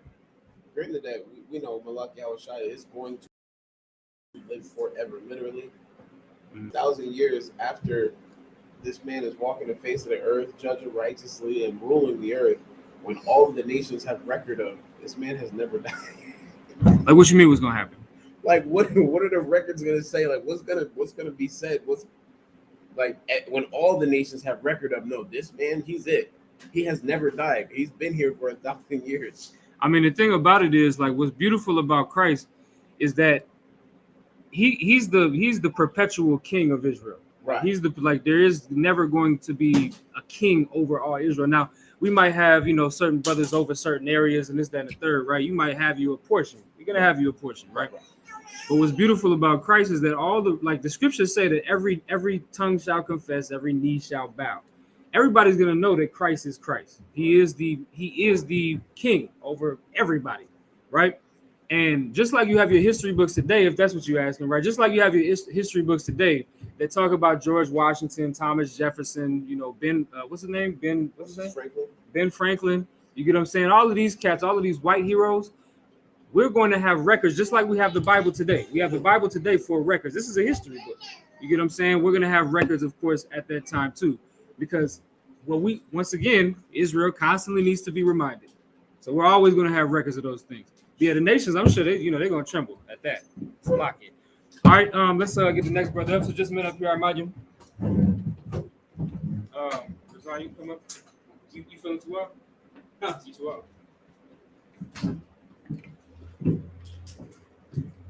All right, go ahead, situation. All right. Rizan, Ban Yahada, Ban Yasharallah.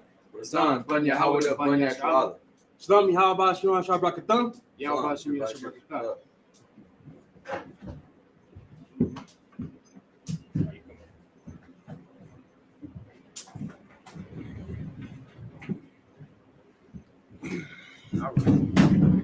All right, so what we're going to do is we're going to get the next 7 verses in the Hebrew for time's sake, I'll read them. I want to try to get to the next 7 verses after this. We'll see if we can get there. All right.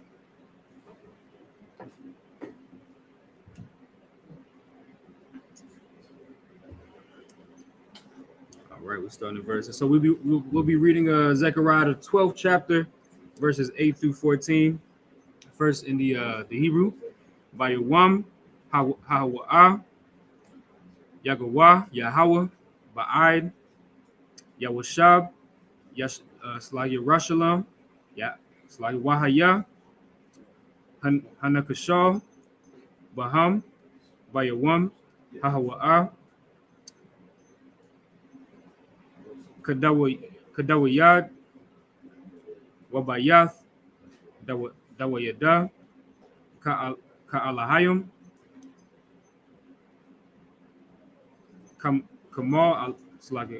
Kamal Aka, Yahweh, Lapanyahum, verse 9, Wahaya, Bayawam, Hahawa'ah,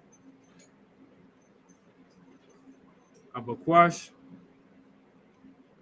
Lahasham Yada, Ath, Kal, Hagoyam, Haba'ayam, Al, Yerushalayim, verse 10,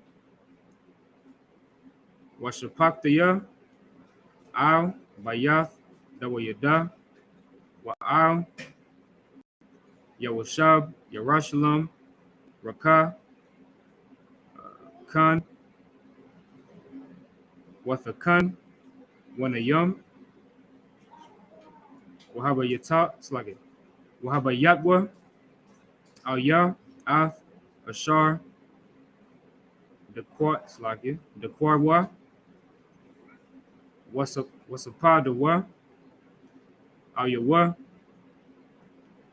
Kamas, it's like it. Kamas a pod, it's like it. Kamas, it's like it. Kamas the pa, Al,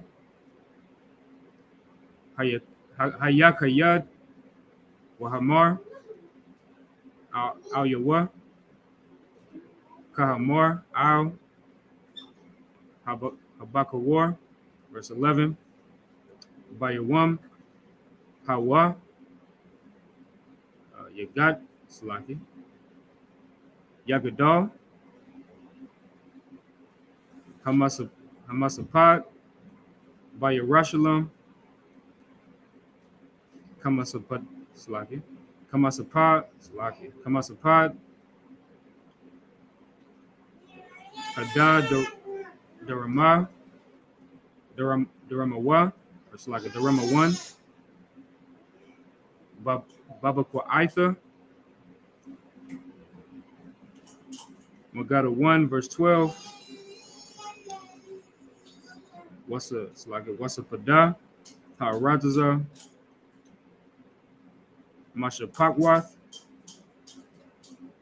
Masha Pakwath, Labad, Masha Pakwath, it's like Masha Paktha, Bayath, Dawayada, Labad, Wanasham, it's like Wanashaham, Labad, Masha Paktha, Bayath, Nathan, Labad, Wanasha Yaham, Labad, verse 13, Masha Pakta, Bayath, Laya,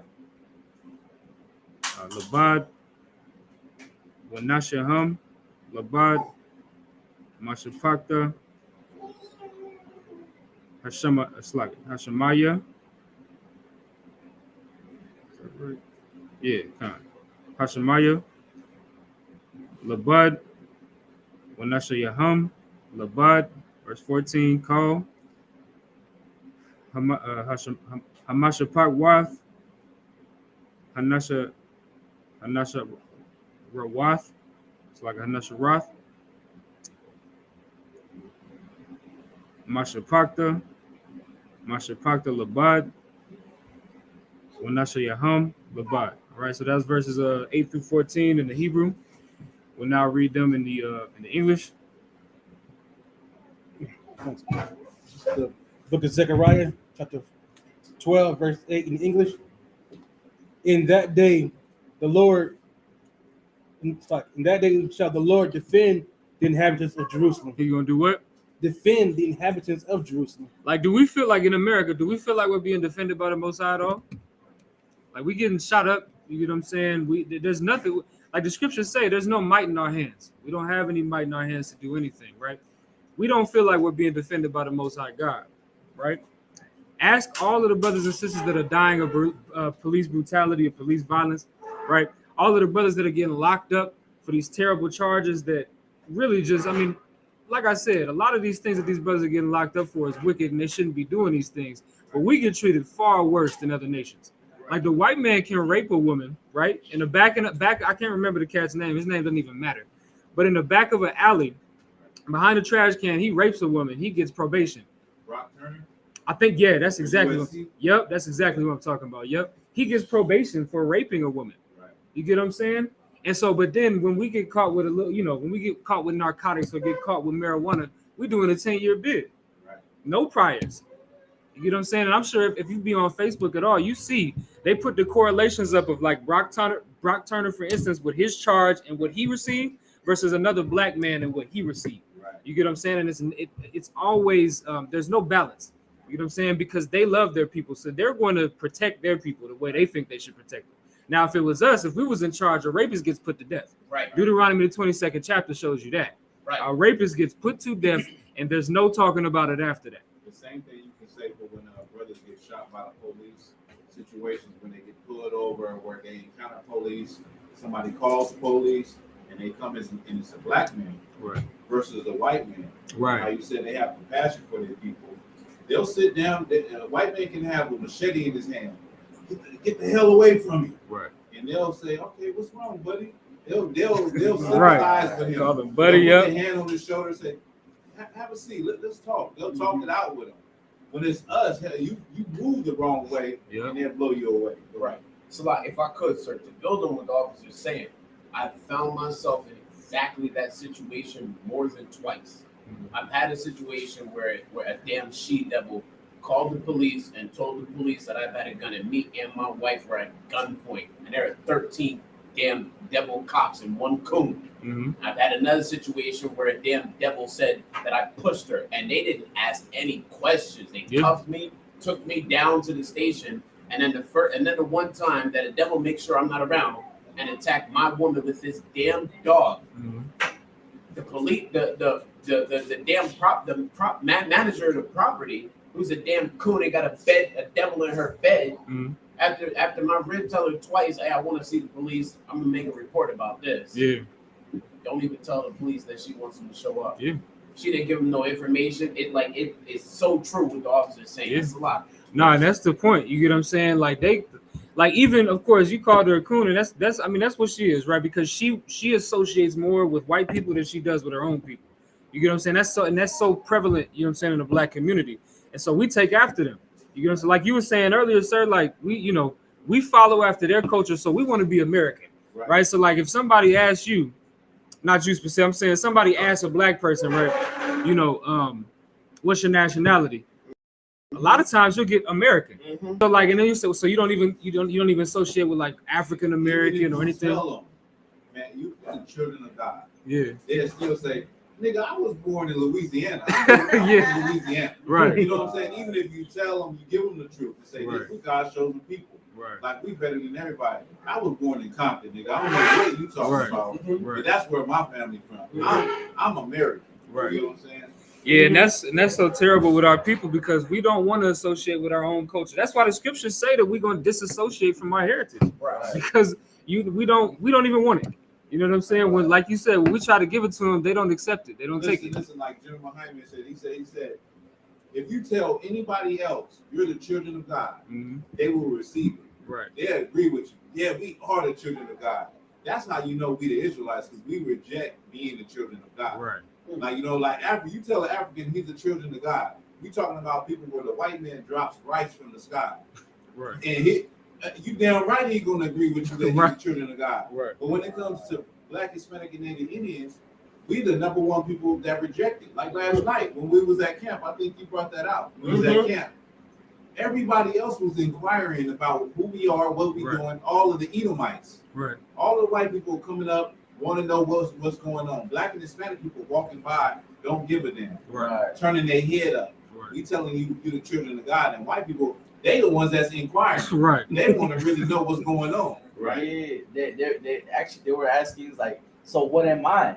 You know, Right. so what Like am they I? care what they are. They care what they are, but us, we just walk by. And if we would have told the white man, "You're the children of God," they'd have been like, "Hell yeah!" They would have agreed with it. Exactly. It was First Friday, Right. so they was already drunk and high, whatever. So they would have agreed with it. Right. It's us that rejected. That's how you know you're the children. It's we're God's chosen people, Right. because we don't want to hear that. You know, we want to be American. Right. We want to be. You know what I mean? Go ahead. Right. And not only that, it's like I didn't even cut you off, but not only that, but you see a lot of brothers or even sisters get on the right side.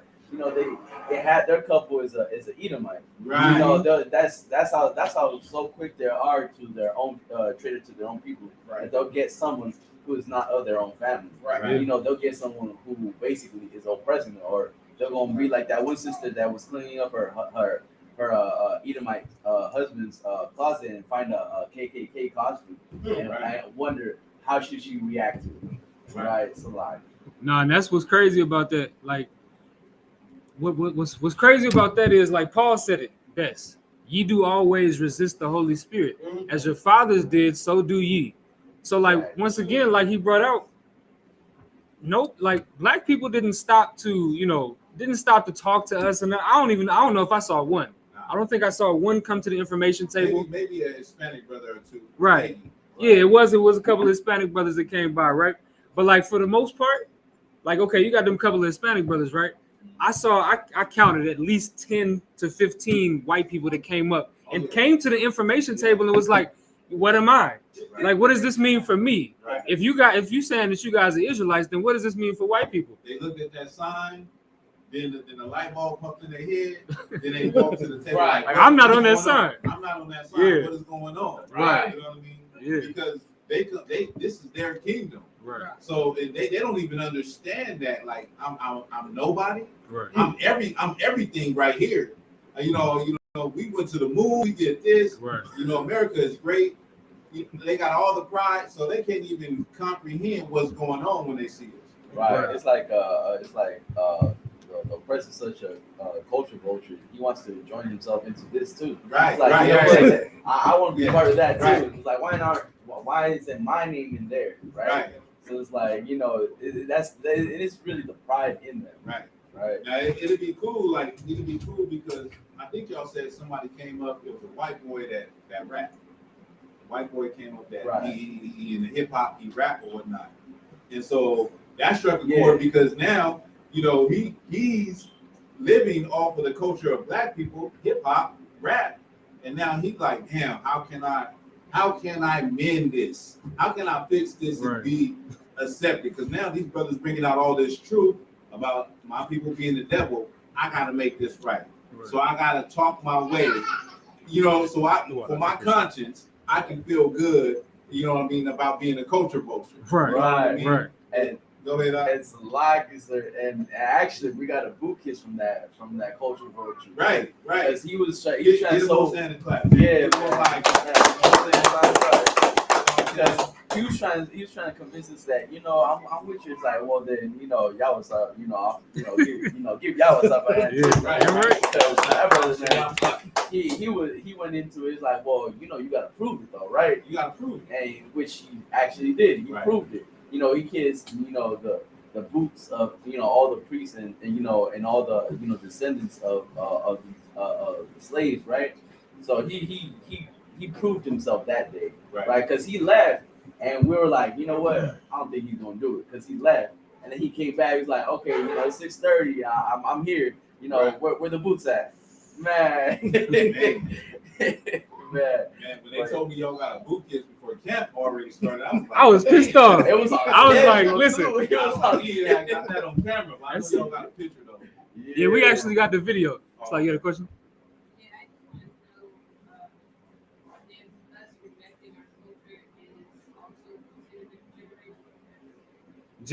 I mean, yeah. The scriptures, like I'll pull a scripture for you that shows that it's a generational curse. It's like it. Can you give me discontinue from your heritage? I said somebody's like I'm getting called. All right, go ahead. Record.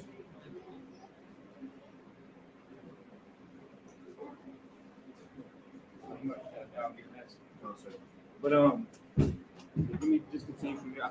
I'll give you some book of Jeremiah. It's in Jeremiah 17:40. Yeah, somebody can read that for me. I'll read it. So this is the book of Jeremiah, chapter 17 and verse 4. And thou, even thyself, shalt discontinue from thine heritage that I gave thee, and I will cause thee to serve thine enemies in the land which thou knowest not, for ye have kindled a fire in mine anger, which shall burn forever. This is definitely a generational curse, and it continues to happen. If you read verse 1, right, the scriptures say, Jeremiah 17 and 1, it says, the sin of Judah is written with a pen of iron and with the point of a diamond. It is graven upon the table of their heart and upon the horns of your altars. And that's what we have. That's the sin that we have. Is damn near permanent. It's so hard to escape. Right. And that's why it's a blessing for brothers and sisters to be able to come in here, because that generational curse of not holding on to your culture is so strong. But we've been able to break it. And now, through the glory of the Most High, right, we're able to now help other brothers, help other sisters break it. Right. And so when it comes to being in this truth and being here, don't think that you came here. Don't think that it was you that came here. Right. No, the Lord chose you to be in here. Right. The Lord chose us to be in here. This ain't for everybody. It's for the ear that hears. That's right. You understand? Everybody got ears, right? You know what I mean? Like we were saying last night, we was out there. Many black and Hispanics walked right past us. Yeah. Some of them probably heard it. Some. I remember 2 Hispanic brothers. One of them was real tall. They walked by, then they came back. Right. You understand? And I'm not just saying that for an example. I'm saying the ear that hears is somebody. Maybe they keep walking. Right. Maybe they go home and say, let me look up these niggas that was out there dressed all crazy. Let me look at Hebrew Israelite. Let me look and see if Mexicans are really God's people. Right. You know what I mean? It's for the ear that hears. That's why we're in here. Right. You know what I mean? Because the Lord chose us. Right.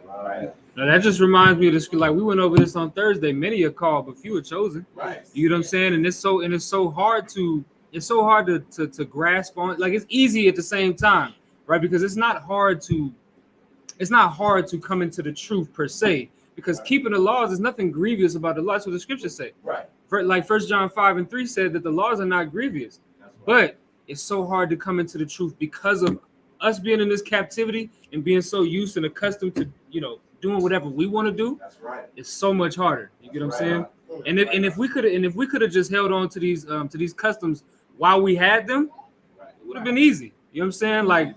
Most High in Christ for the brothers and sisters that are having babies in this truth, that now they get to be raised up and they never have to go through that struggle.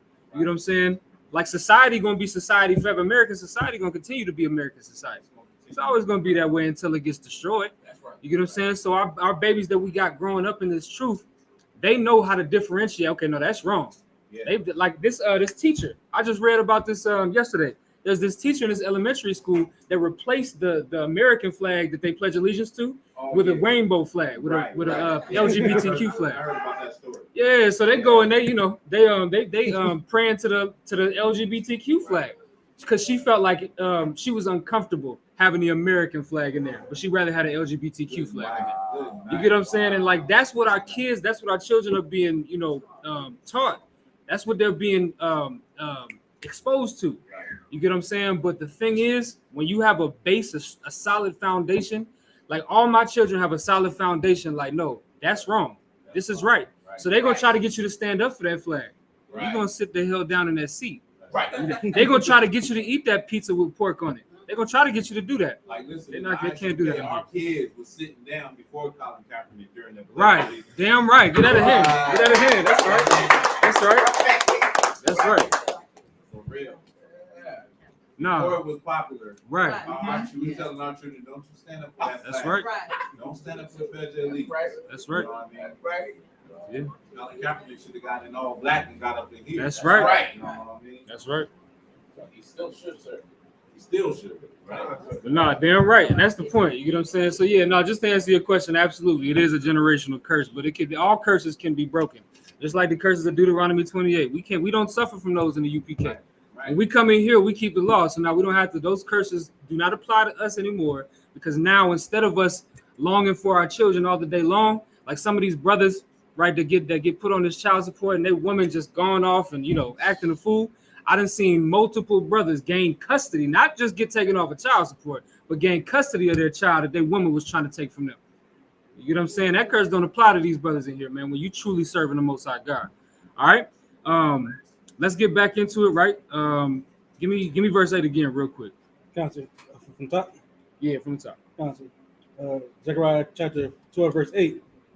In that day shall the Lord defend the inhabitants of Jerusalem, and he that is feeble among them at that day shall be as David. So what does it mean to be feeble? It's like you gotta want to be weak. Weak. That's like literally the direct translation, right? Feeble is weak, right? So those that are weak are going to be like David. What was David? Kazakh. Yeah, he was strong. That's the Kazakh is the Hebrew word for strong, right? He was strong. Listen, man, that brother at a young age took on a Philistine that was the size of, I think it was like 8 feet tall. Like 9 feet tall. Yeah, like 9 feet tall. Everybody, all of the brothers that was above David was scared to fight. Right. You get what I'm saying? No one in the army. Yeah. Was everybody in the army was afraid. Right. You know what I mean? Yeah. We talk about men that go to war all the time. Right. Right. And David is a young man. He look at this cat. He say, you know what? What I look like being scared of this cat? If the Lord is on my side, then it don't matter. I don't care what size he is. He could be the size of a goddamn semi truck. Right. You know what I'm saying? I'm gonna put my work in, and the Lord is gonna protect me. Yeah, somebody. Billy with the officer saying everybody in the army was afraid of him, and to show how fierce Malak Dawood was, he said, "I'm gonna throw a rock at him." Right. Hey, and that's a beautiful thing too. In today's time, it would be like going against Shaquille O'Neal in his prime. Right. You know what I mean? Most average men is like 5'9" to 6 foot tall. Right. You know what I'm saying? And that's a giant. He's a giant to somebody that's that size. You know what I mean? So that's that's all it was. Right. Like the fake Israelites like to say, it was a giant, like he was 400 feet tall. Nah. Yeah. What is it? Nephilim? Yeah. You talking about the Nephilim? What is it? The green stock. What was that damn cartoon?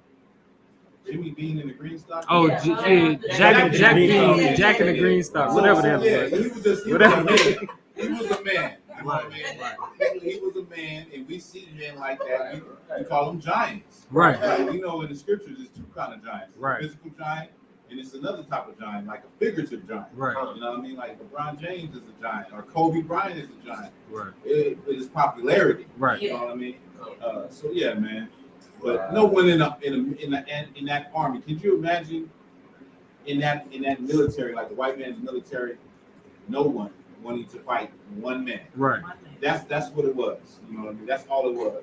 Yeah, what's beautiful about that, like, is that like that story in the Bible is so it shows the resilience of David, because all of them cats, all of the brothers that was in the army for Israel could have just bogarted the cat. Right. You know what I'm saying? Just could have bogarted him, but nobody had the mental strength.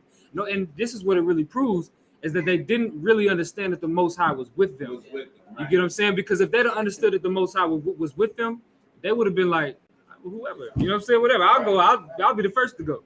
You know what I'm saying? And that's what. Then David was the one brother as a young man that understood. I don't care if I'm a midget, 2 feet, 3 feet tall. Right? If the Lord is with me, this damn African is not going to smite me. You get what I'm saying? He's not going to hurt me. Ain't nothing he can do to me. Who is this? I'm gonna put it in my words. He said, who is this nigga that defile the God of Israel? Right. That speak against the God of Israel. That's right. Like, he ain't nothing. Right. And a lot when you think about the story that they tell in Christianity, in the Christian church, they leave out the part that after he killed Goliath with the smooth stone, that he went and cut Goliath's head off. Yep. Right. And he raised it up and let them see. Yeah. And everybody was in fear after that. You And that's something that I tell my children. Yeah. I tell my kids the whole story. I don't say, Right. oh yeah, you know, a boy named David beat a giant. No, yeah, he killed him. Then he cut his head off. Right. You know what I mean? Damn to right. show everyone that the God of Israel is real. That's right. Yeah, damn right. Yeah. I'd say just to add on to that, like what I find like the best part about the story is that David, like he denied taking the armor and the shield with him. Yeah, that's another thing too. Oh, yeah. That's he couldn't even wear the armor. You see the medieval movies and stuff where they wear the chain of mail, and they wear the metal and all that, like the knights. Yeah. That's how Israelites dress in war. Yeah. And all of that they tried. I think it was the King Saul that tried to give it to him. It was Saul, It was yeah. too heavy. Yeah, he couldn't even wear the armor. That's hardcore. So like he was like, all right, well, you know, it ain't gonna fit me, but whatever. I'm still gonna do my thing anyway. You wanna say something? Go ahead. So like, if I could.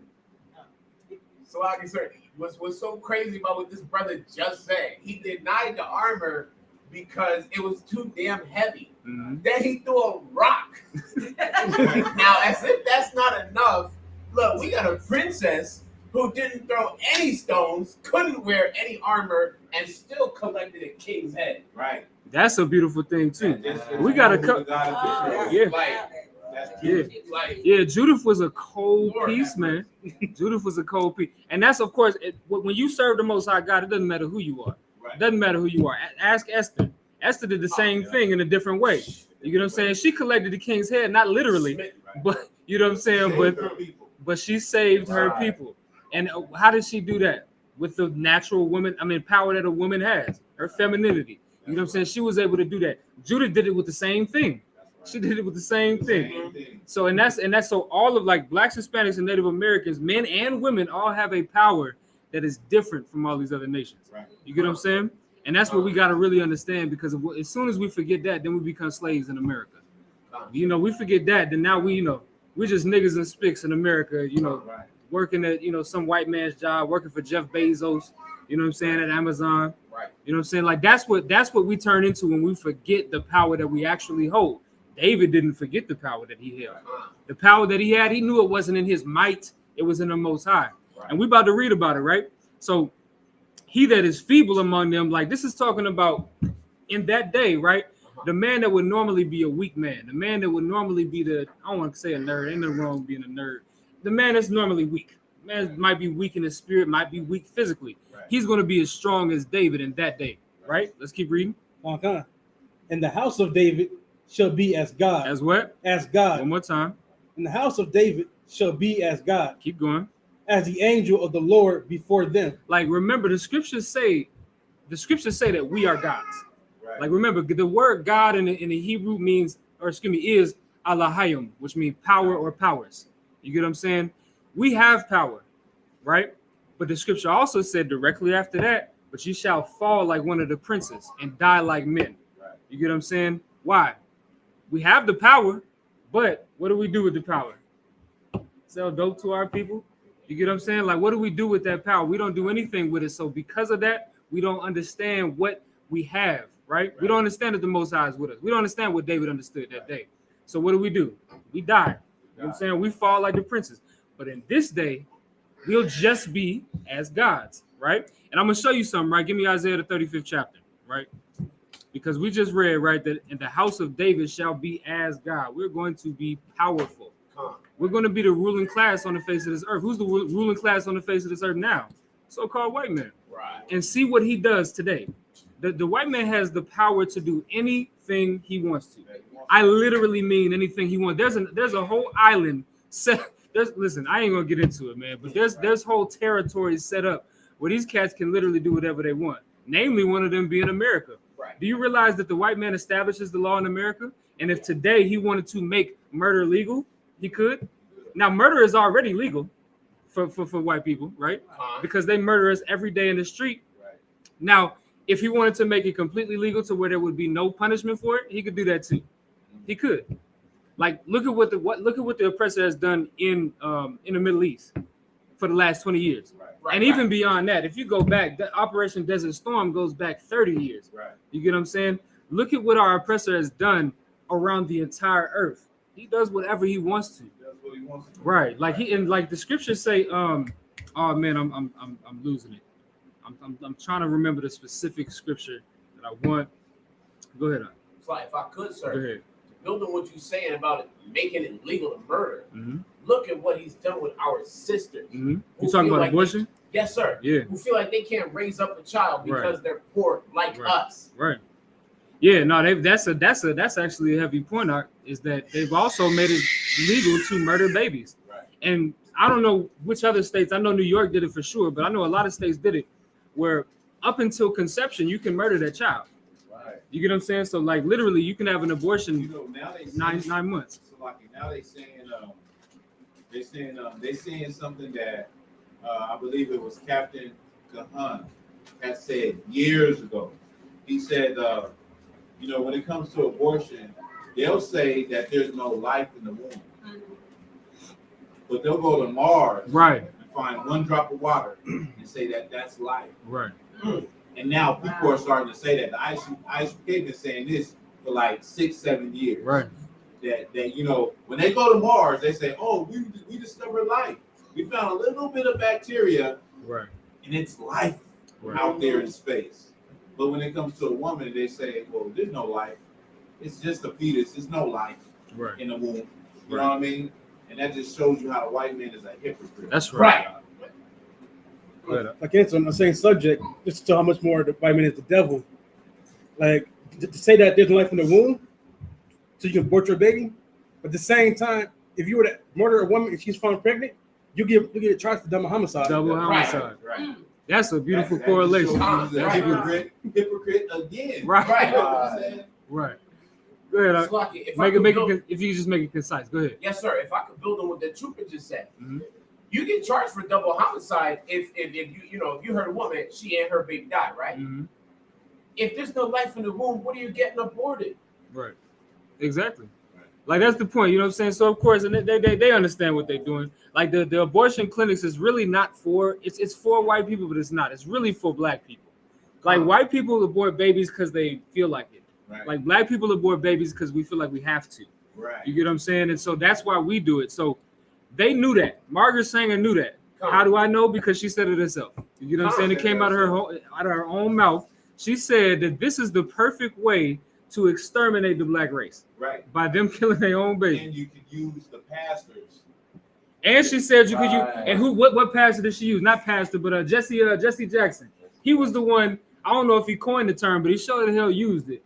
My body, my choice. What? Yeah, Jesse Jackson was the one that said it's her body, so it's her choice. Right. Like I said, I don't know if he coined the term, but he damn sure used the hell out of it. He utilized that thing. Why did he do that? Because he was funded by Planned Parenthood. Planned Parenthood paid him millions of dollars over dozens of years. You get what I mean? I'm excuse me, over decades. Right. You get what I'm saying? And that's the point. But now he's weak. He's weak. That's the type of man that cannot lead in Israel. He can't lead in Israel. Why? Because he's going to be given over to our enemy. Like the scriptures say, you always bring this one out in Maccabees. There came out of Israel wicked men. Right? There came out of Israel wicked men that wanted to persuade men. That wanted to let us go, and make a covenant with the heathen. And make a covenant with the heathen. Because since we left them, it's been hell. You know what I'm saying? Many sorrows. Like that's what our leaders today do. But of course, those are weak men. They are feeble. Like the scriptures say here, though, that those feeble men, they must be made like David, meaning they can be uncompromising. They can't compromise. And we're gonna show you another one, right? Give me Isaiah 35:3. The book of Isaiah, chapter 35, verse 3.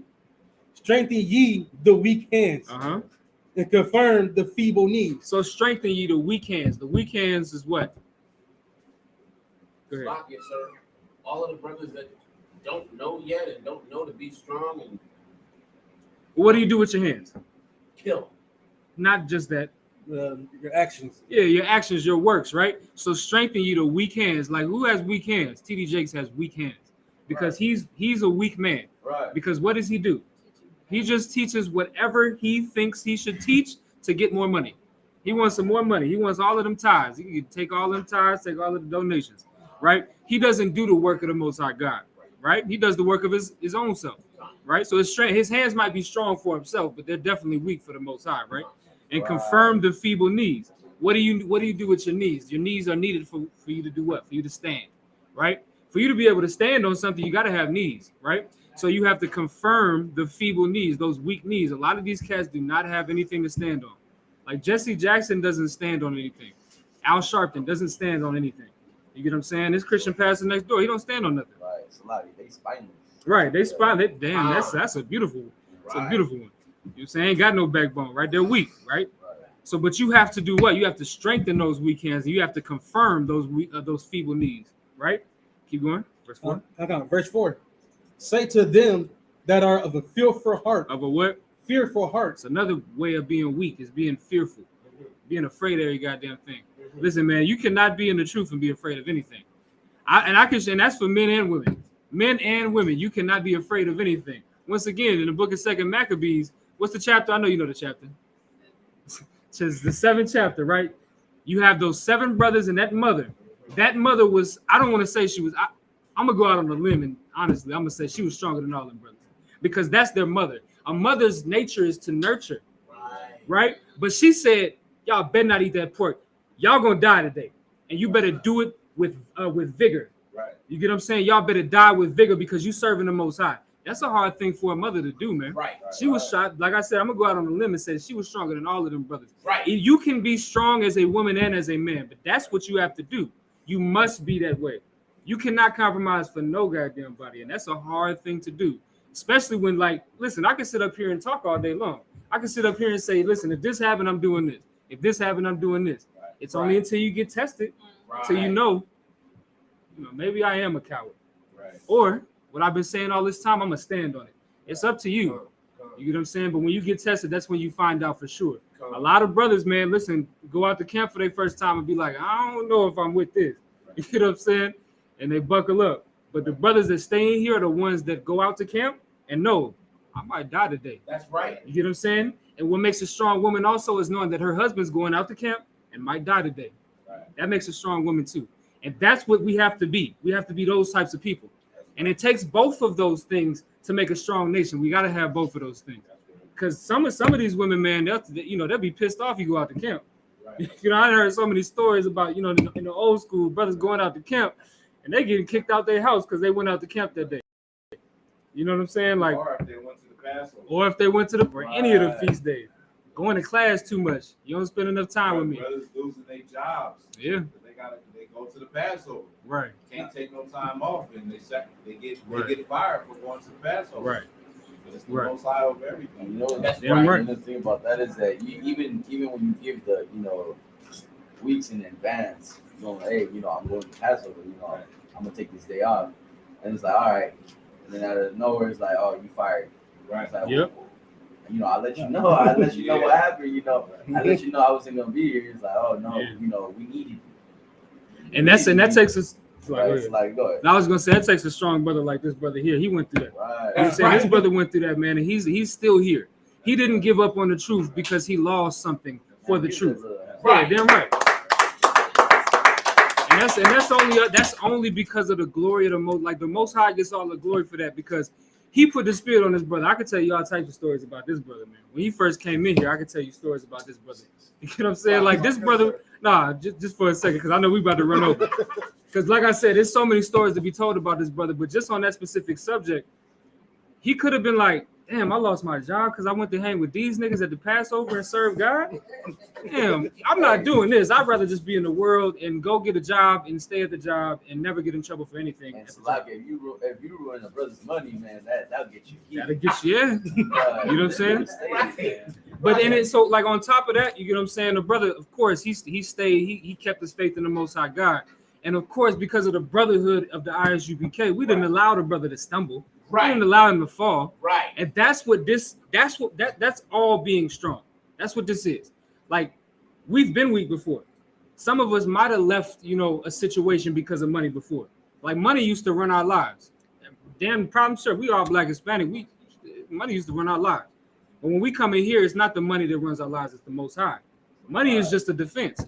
You get what I'm saying? But what does it say after that? When it says money is a defense, what does it say? Wisdom is above all. You get what I'm saying? That's what we need to have. We need to have wisdom. And this brother had wisdom, man. He didn't lead the truth when times got hard. Just to you know, I ain't trying to big up the brother too much. I don't want his head to get too big, you know. But I'm just saying, man. Listen, that's a strong brother right there, and that's what he strengthened the feeble knees, man.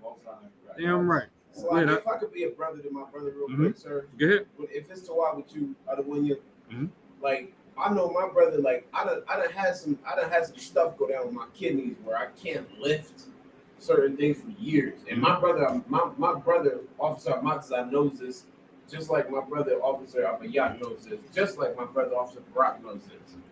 There have been years where I've had to drink only water, no strong, no seltzer, nothing carbonated. My brother had a situation where his back went out a certain way. He's here on this Shabbat to serve the Lord today. Right. And that's the type of strength that you need to breed, man. That's what we have to have in here. Otherwise, we fail. Right. Because so many of us are weak. Like so many of us have the feeble knees. We have nothing to stand on. Right. You get what I'm saying? And that's what we have to understand, that there are brothers and sisters out there that are not like this brother yet. That are not like these brothers yet. Not like these sisters yet. Like they're not like them yet. They need to get there. Right. And so that just means what? That we have work to do. You get what I'm saying? That's it. You get what I'm saying? So I want to finish these up. I know we're running over just a little bit. We still have to get the prayers. Y'all know when me and this brother up here, we talk. And then, you know, we got the officer of 5,000 up in here. It's just, you know, we just gonna be in here forever. All right. But let's get the rest of this, right? So go back to Zechariah, right? And give me verse 9. That's right. Book of Zechariah, chapter 12, verse 9. And it shall come to pass in that day that I will seek to destroy all the nations that come against Jerusalem. So all the nations that come against Jerusalem are going to be destroyed, right? Now, how do you know that it's not that day? Because all of the nations that are coming up against us today are prospering. Right. They all are, you know, the so-called Jewish man runs the Diamond District. He runs all of the record labels. Yeah. He runs BET. Yo, black in it. Yeah, Hollywood. Hollywood is a perfect one. You get what I'm saying? Like he runs even a black entertainment television that you watch. He runs that. So some white hook-nosed bastard runs that. You get what I'm saying? They run everything. They're coming up against us by doing that. And they put terrible things on that BET, man. I remember growing up on BET thinking some of that stuff was cool. You come into the truth and you realize, like, damn, it was treacherous on me. You know, they know what they're doing, because television is impressionable on the minds of people. Right. And no one wants to admit that. A lot of people say, I live my own life, I make my own decisions. But when it comes to television, that's a tool of propaganda. Right. There's countries that never wanted television in their country. That's right. Because they looked at America, and they was like, it will destroy our country.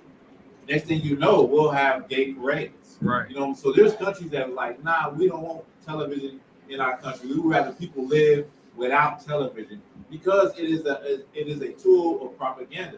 That's what Hitler did. Hitler had not just television but radio. Right. And just the messages every day talking about the hook-nosed bastards, to Mm-hmm. where everybody was hating the hook-nosed bastards, right?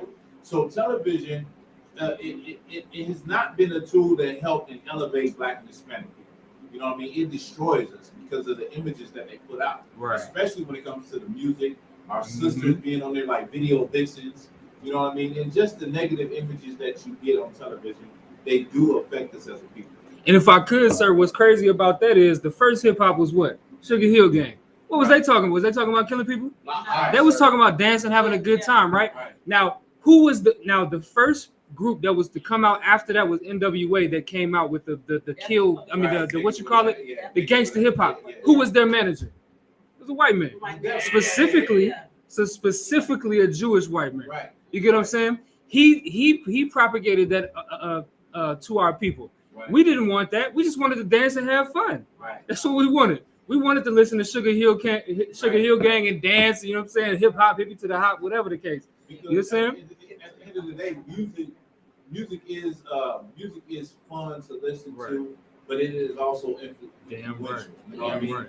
So the music industry, right, is all Jews, and they see that, like just look at people in general. People like drama. Right. People like, something popping off. You know what I mean? You put that in the music, and they like, okay, more people are killing each other. Right. More people are going to prison. let's keep pushing this. Right. It's destroying them, but we're getting super rich off of it. Right. You know what Exactly. I mean? Like, that's the music industry. Like it destroys us, but they get super rich off of us, and they don't mind doing that because their children ain't affected. Right. That's If right. I could, their families is perfect. right. Our families are broken and destroyed. Just like WAP, Cardi B won't let her children listen to it. Yeah. She'll provide it for your children. Yeah. Damn right. No, and I was actually like, so in one of my college courses that I'm taking right now, right, I was doing like a "This Is Me" presentation. Like I produce music, right? And so I was kind of explaining, like, music is the reason why I like to do music is because music is influential, like you said. Right. If you like, a lot of people, if they sad, they put on a sad song. You get what I'm saying? If they happy, they put on a happy song. When they break up, they put on breakup music. You know what I'm saying? Like, but that's the point. You know what I'm saying? Like when somebody's pissed off, they listen to like. And I went on to explain like me personally, and from my experiences and what I've seen around me, every terrible decision that somebody makes, like I'm talking about a terrible violent decision or whatever the case is, it's always bad hip hop music playing in the background. Because it has so much to do with what's going on in your brain. Like it influences you so much. And like our oppressor knows that. Right. Because before that, of course, we was doing all types of wickedness anyway, right? But before that, we was just listening to funk and disco music. Right. The disco era was right before Sugar Free Hill. I'm assuming Sugar Free Hill, God, Sugar Hill, Sugar Free too, But you get what I'm saying, like. And that was like a happy time. That was, of course, we was being oppressed still, but we used music to overcome that oppression. Brothers would go to them discos, man, and you know what I'm saying, to get down on them skates, you know what I'm saying, to dance with their women. And that was a good time. As soon as the gangster hip hop started to emerge, like you said, the crime rate started to go up. Right. Like it's so much of an influence, and we're influenced by everything around us. Like you started off with the TV, television, so many cats watch Power and all them other TV shows, and they think that they can be a gangster. Like what's his name? What's the guy's name on there? Power. What's his name? Ghost. You don't be watching that. But that is so much of an influence on us. You know what I'm saying? So no, heavy point. You got something? So if I could, sir, to build on what you were saying, because it's so heavy, like our people being such a trend-setting nation. Mm-hmm. We really, like in our spirit, what we really want to do is to dance and flirt and find that person that works out for us and come together and ensure the continuance of our nation. Yeah. The most terrible thing that has happened to us are things like gangster rap, where the whole ideology, the whole concept of it is kill each other. Yeah. Right. Kill each other and listen and have sex with everything that moves. Everything that moves. And everything that doesn't move. Right, yeah, that too. You know what I'm saying? Anything with legs. Right, anything with legs. Well, it ain't gotta have legs. But it has went into, Chirac and, right. It's just, everything is about killing a brother. Right. Just like drill music. Music. Everything is about, shooting. It's either shooting or it's how much money I got. Right. How many cars and how many chains I got. You know what I mean? No, damn right. If I could, let's let's keep it going because we gotta roll out. So let's keep reading. Verse 10. Verse 10. And I will pour upon the house of David and upon the inhabitants of Jerusalem the spirit of grace and of supplications. Mm-hmm. And they shall look upon me whom they have pierced, and they shall mourn for him. And as one mourneth for his holy son, for his only son, it shall be in bitterness for him, as one that is in bitterness for his firstborn. So look, right, just real quick, right? So it says, I will pour upon the house of David and upon the inhabitants of Jerusalem, the spirit of grace and supplications. Remember, the scriptures also say, if you go back, right, into the book of Ezekiel, the 7th chapter, that the Most High also, in times past, has poured upon us the spirit of indignation. He's done that too. You get what I'm saying? That was necessary to get us to this point here. He had to pour upon us the spirit of indignation now and in times past in order to get us to where we're going to be, right? Because Israel is just going to continue to be, the stiff-necked people that we are, without without punishment. But enough punishment, it'll get you to get right. You get what I'm saying? And that's what comes after this, right? That's what comes after all of that. And what's going to come is we're going to have grace and supplication, and we're going to be in our kingdom, right? Keep reading verse 10. I'm just going to be verse 11. Verse 11. In that day shall there be a great mourning in Jerusalem, as the mourning of Hadarimon in the valley of Megiddon. Verse 12. And the land shall mourn, every family apart, the family of the house of David apart, and their wives apart, the family of the house of Nathan apart, and their wives apart, the family of the house of Levi apart, and their wives apart, the family of Shemai apart, and their wives apart, all the families that remain, every family apart, and their wives apart. Read the next verse, and then we're going to close out. I just want you to read 13 and 1. I got it. So just so we can understand what's being said here, right? Keep going. Chapter 13, verse 1. In that day shall there be a fountain open to the house of David, and to the inhabitants of Jerusalem, for sin and for uncleanliness. So what's that fountain? Anybody can answer that. The fountain of indignation? No. This is a good thing. Indignation is a bad thing, right? Fountain open to the house of David and to the inhabitants of Jerusalem for sin and uncleanness. Like, yes, that's true. She said, "Is it the law?" I said, "Yes, that's true," but that's not the answer I'm looking for. That's Yahushua.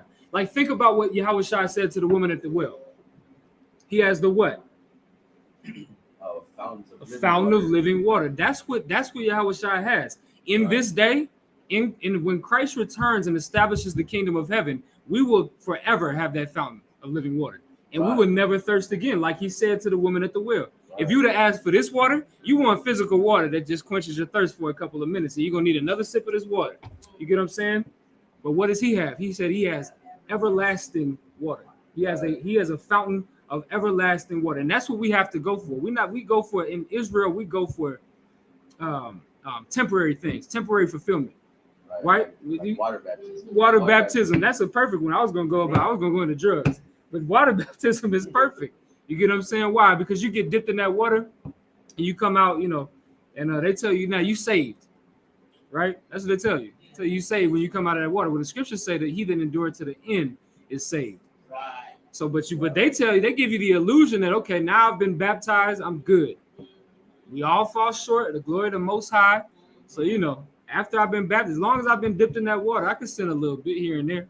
You get what I'm saying? But that's not going to be in effect in the kingdom. It's not in effect now, but it's definitely not going to be in effect in the kingdom, because in the kingdom of the Most High, in the kingdom of Christ, we're going to have access to that living water that we'll never thirst for again. You get what I'm saying? And that's, of course, like the sister said, that's the law, right? Anybody had anything else to add on that? A question. You got a question? Go ahead. Sir, when the scripture said pour out the spirit of indignation, I'm unsure which way that went. Like, we need to hate our enemies or people hate us. Okay, well, it depends on which scripture you're talking about, because like the scriptures, like the Most High has said multiple times that he pours out his indignation on the children of Israel. That's what are we living in right now? Certainly hatred. Yeah, this is the Most High. This is the Most High teaching us a lesson. You know what I'm saying? Yes, sir. And that's what this, like, you go outside them doors. I say this all the time. Y'all can get tired of me saying that, but you go outside them doors and you see them bus stops and all these crackheads. These are black people that need help, that are strung out on drugs, and they fall out on them bus stops. Right. You get what I'm saying? And they dead on them bus stops. You know what I'm saying? Walking dead. Right. You say something? So this is the time, 1,000 years, where the dragon is attacking Israel. I think, are you talking about? You talking about the 1,000 years where the dragon is bound up? I don't think is it 1,000 years with I know it's 1,000 years where it's bound up. After the 1,000 years, yeah. Well, this is after the 1,000 years, because the 1,000 years is the Dark Ages. That's when so-called blacks, when black people were ruling throughout Europe. You get what I'm saying? That's like through the Scots, a lot of like the Irish, like a lot of the European countries we was ruling. That's the 1,000 years. And so this is after that, because of course the Dark Ages ended about 700 years ago. So this is the Satan. Yeah, this is okay. Yeah, I get what you mean. Yeah, this is, but it's not 1,000 years. Right. You know the difference. Yeah. Okay, all right, yeah. But yeah, so this is when Satan is loosed again, right? So Satan is allowed to tempt us again, and that's what we're doing. You know, that's once again, that's why brothers is doing drugs here today. That's that temporary satisfaction that we just love to, live for, right? I know we're going way over. I'm gonna just shut the hell up. I'll just sit up here and talk till 3 o'clock. I'm gonna make the brother miss his flight. You know what I'm saying? I know, no, come on. So I just, I'm trying to keep it within the. All right. Anybody else? You had something to say, sir? Are you good? Everybody else to up? We good? All right. Just men up here, I'm mighty, which means to stand. You up, Bob? Go ahead, present yourself. Kabaramas Banya Hawada Banya Sharla. Kabaramat Banya Howard Banya Shrala. Yahweh Ba Shimya Shabraka Thumb. Yahweh Hashem Shabbat.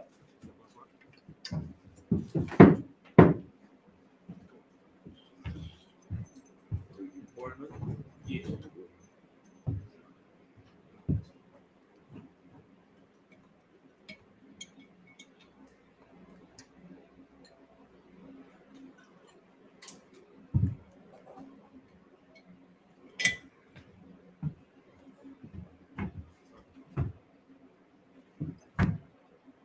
La Yashrala. Which means to Israel.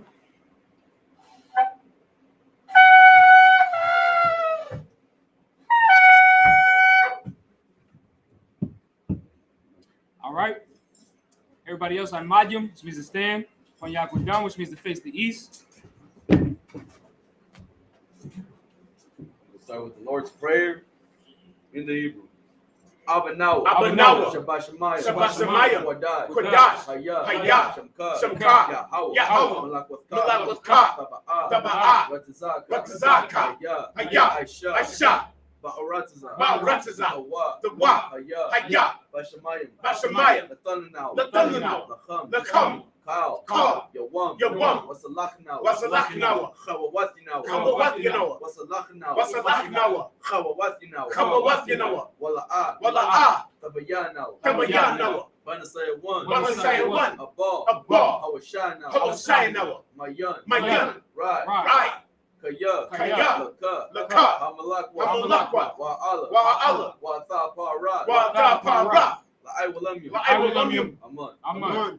We're going to read the Lord's Prayer in English. Our Father, which art in heaven, hallowed be thy name. Yahweh, thy kingdom come. Thy will be done. In earth. As it is in heaven. Give us this day. Our daily bread. And forgive us our debts. As we forgive our debtors. And lead us not into temptation. But deliver us from evil. For thine is the kingdom. And the power. And the glory. Forever. So be it. So be it. We're going to re-get the Hakah, which means the power. Yahweh. Ba'ashem Yahushai. Baba Kusha. Nathanaw. Hakat. Larapa'ah. Kamakala. Wakal. Madawa. Hakat. That's a heart. Hamatazarium. Hakat. Lakwayam. Hamathiyam. Hakat. Al. Rakwath.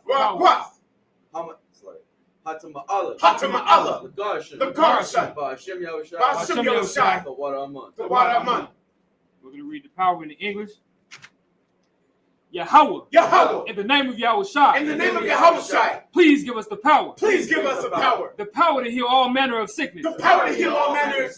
And all manner of disease. The power to cleanse the lepers. The power to raise the dead. The power against unclean spirits. To cast them out. In the name of Yahushai. Thank you, so be it. Okay, Psalms 121. Asha'a. Ayanya. Al. Aharyam. Ma'ayan. Yaba'a. Isaiah. Ma'ayin. Yahweh. Asha. Shamayam. Wa'aratiza. Al-Yathan. Lamawat. Regalka. Al. Yanawam. Shamarka. Hana. La'a. Yanawam. Wala'a. Yayashan. Shawamar. Yasha'Allah. Yahweh. Shamarka. Yahweh. Tazalka. Al-Yad. Yamika. Yawamam. Hashamash. La'a. Yakaka. Wayarak. Balayala. Yahweh. Yashamarka. Makarai. Yashamar. Atnapaska. Yahweh. Yashamar. Taza'athka. Waba'aka. Ma'aitha. Wa'ai. Psalms the 121st chapter in the English. I will lift up my eyes unto the hills. I will lift up mine eyes unto the hills. From whence cometh my help? From whence cometh my help? My help cometh from Yahweh. My help cometh from Yahweh. Which made heaven and earth. Which made heaven and earth. He will not suffer thy foot to be moved. He will not suffer thy foot to be moved. He that keepeth thee will not slumber. He that keepeth thee will not slumber. Behold. Behold. He that keepeth Yasha'Allah. He that keepeth Yasha'Allah. Shall neither slumber nor sleep. Shall neither slumber nor sleep. Yahweh is thy keeper. Yahweh is thy keeper. Yahweh is thy shade upon thy right hand. Yahweh is thy shade upon thy right hand. The sun shall not smite thee by day. The sun shall not smite thee by day. Nor the moon by night. Nor the moon by night. Yahweh shall preserve thee from all evil. Yahweh shall preserve thee from all evil. He shall preserve thy soul. He shall preserve thy soul. Yahweh shall preserve thy going out. Yahweh shall preserve thy going out. And thy coming in. And thy coming in. From this time forth. From this time forth. And even forevermore. And even forevermore. We're going to read Psalms 80, the 83rd in the Hebrew. Allahayim. Allahayim. Al. Damaya. Laka. Al. Takaraj. Wa'al. Tashakwat. Al. Kaya. Hana. Awayabyaka. Yahama. Yawan. Ra'ash. Al-Amaka.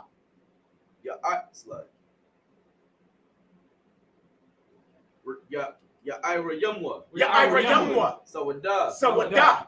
Wayatha. Ya'itazawa. Al. Tazapa. Wanyaka. Amarwa. Lakawa. Wanakakidam. Magoya. Wala'a. Yazakar. Sham Yashra'Allah. Awada. Kaya. Nawa'itazawa. Laba. Lakakwa. Ayaka. Bariyah. Yakarathwa. Ahalia. Adawam. Wayashamai. Alayam. Mawa'aba. Wahagaria. Kabal. Wa'aimawan. Wa'aimalak. Palasha. I'm Yeshibya. Tazawar. Gam Ashawar. Nalawa. Imam. Hayawa. Zarawad. Labanya. Lawat. Salah.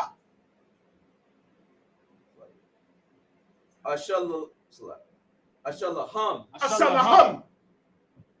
Kamadyan. Kasa. Kasaya. Sara'a. Kayabyan. Banakhal.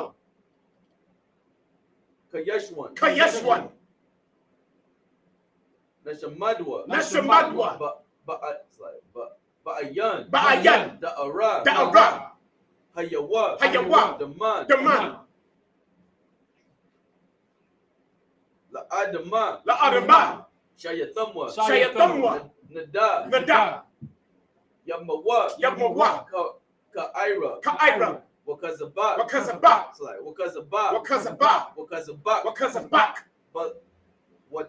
Wakatazal. Mana'ai. Call. Nasa. Yakamwa. Ashar. Amarwa.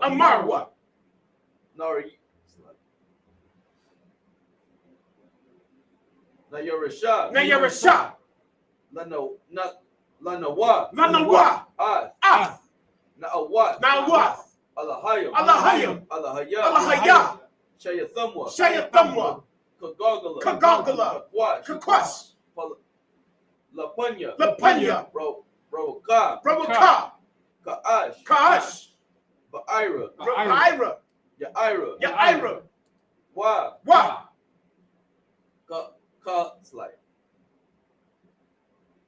Kalahaba. Talahat. Harayam. Kan. Taradapma. Basairaka. Wabasa. Wapaska. Tabahalam. Mala'ah. Panyaham. Kwalawan. Waya. Bashkwa. Shamka. Yahweh. Yabashwa. Waya. Bahawa. Adyad. Waya. Kaparwa. Waya. Abadwa. Waya. Da'aiwa. Kaya. Atha. Shamka. Yahweh. Labadka. Ayawan. Al. Kal. Ha'aratza. Right.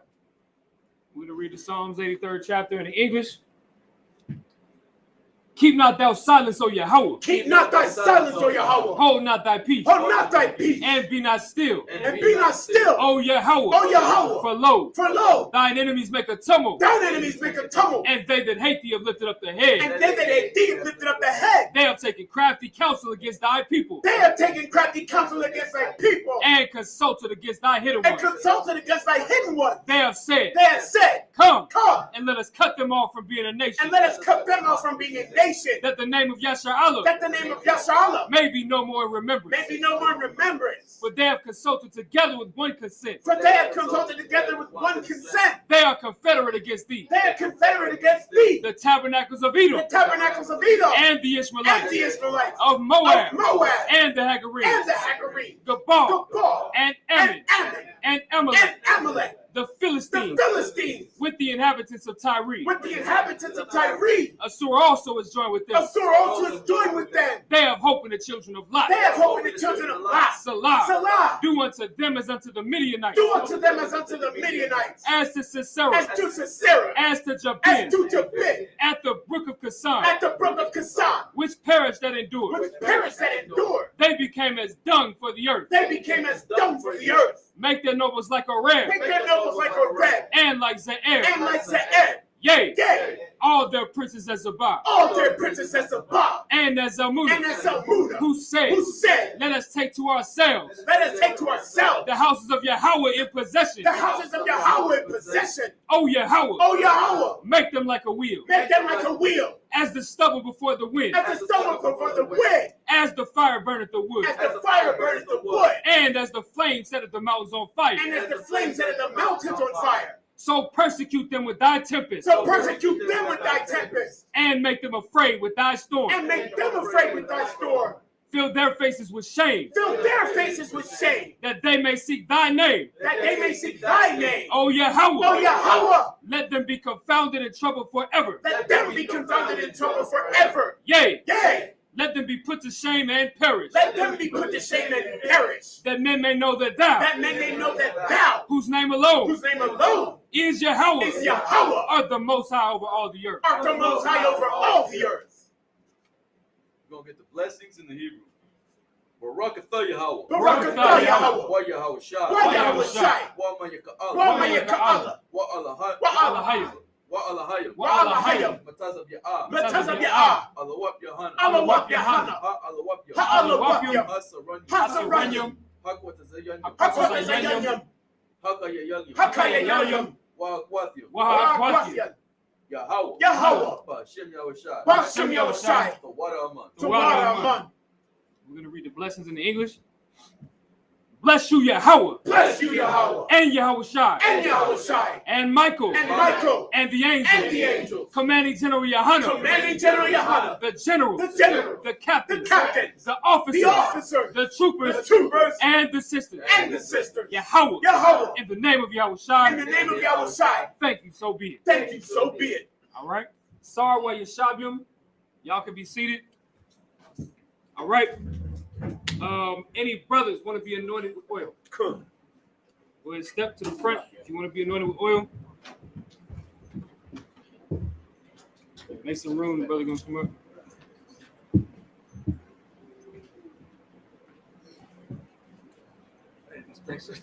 It's space. They skinny. They little babies. They can move. Yeah, wherever you fit in on, it's all good. It's a beautiful thing that we got to move because so many brothers want us.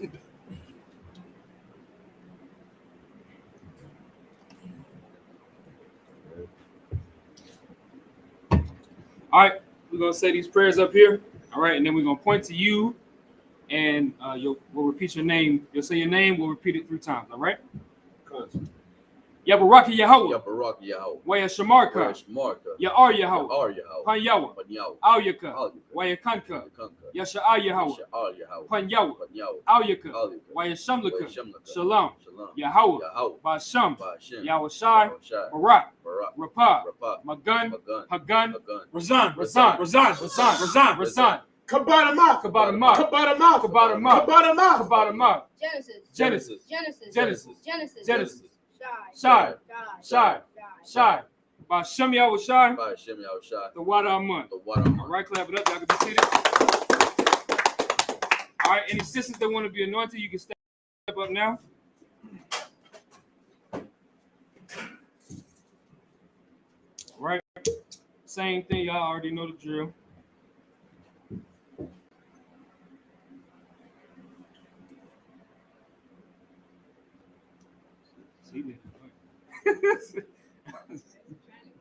No, it's all good.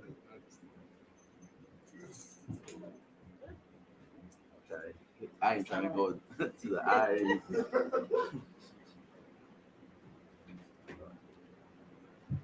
You want her to? Give her a heavy one. She be screaming. All right, so we're gonna do same thing we just did. All right.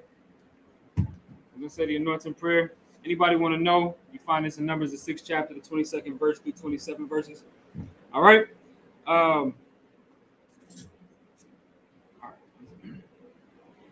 Yabaraki Yahweh. Yabaraki Yahweh. Waya Shamarka. Waya Shamarka. Ya'ar Yahweh. Ya'ar Yahweh. Pan Yahweh. Pan Yahweh. Alyaka. Alyaka. Waya Kanka. Waya Kanka. Yasha'ar Yahweh. Yasha'ar Yahweh. Pan Yahweh. Pan Yahweh. Alyaka. Alyaka. Waya Shamlaka. Waya Shamlaka. Shalom. Shalom. Yahweh. Yahweh. Basham. Basham. Yahweh Shai. Yahweh Shai. Barak.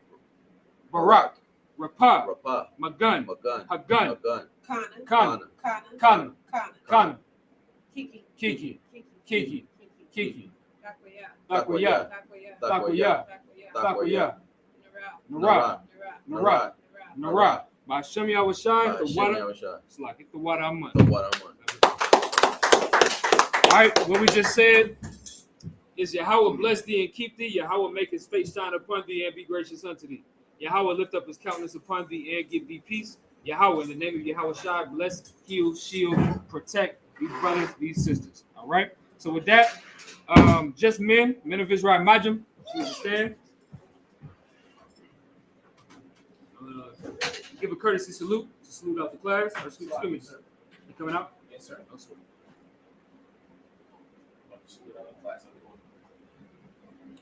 All right, men of Israel, Majim. Ahmad Shabbat. Ahmad Barak. Yahweh Hashem Yahushua Brakatah. Sorry towards the sisters, Ahmad, which means to stand. We're going to get the sisters a courtesy salute. Men of Israel, Ahmad Shabbat. Ahmad Barak. Yahweh Shamar Elathan B'Hashem Yahushai. Yajim Matah, 7 services men.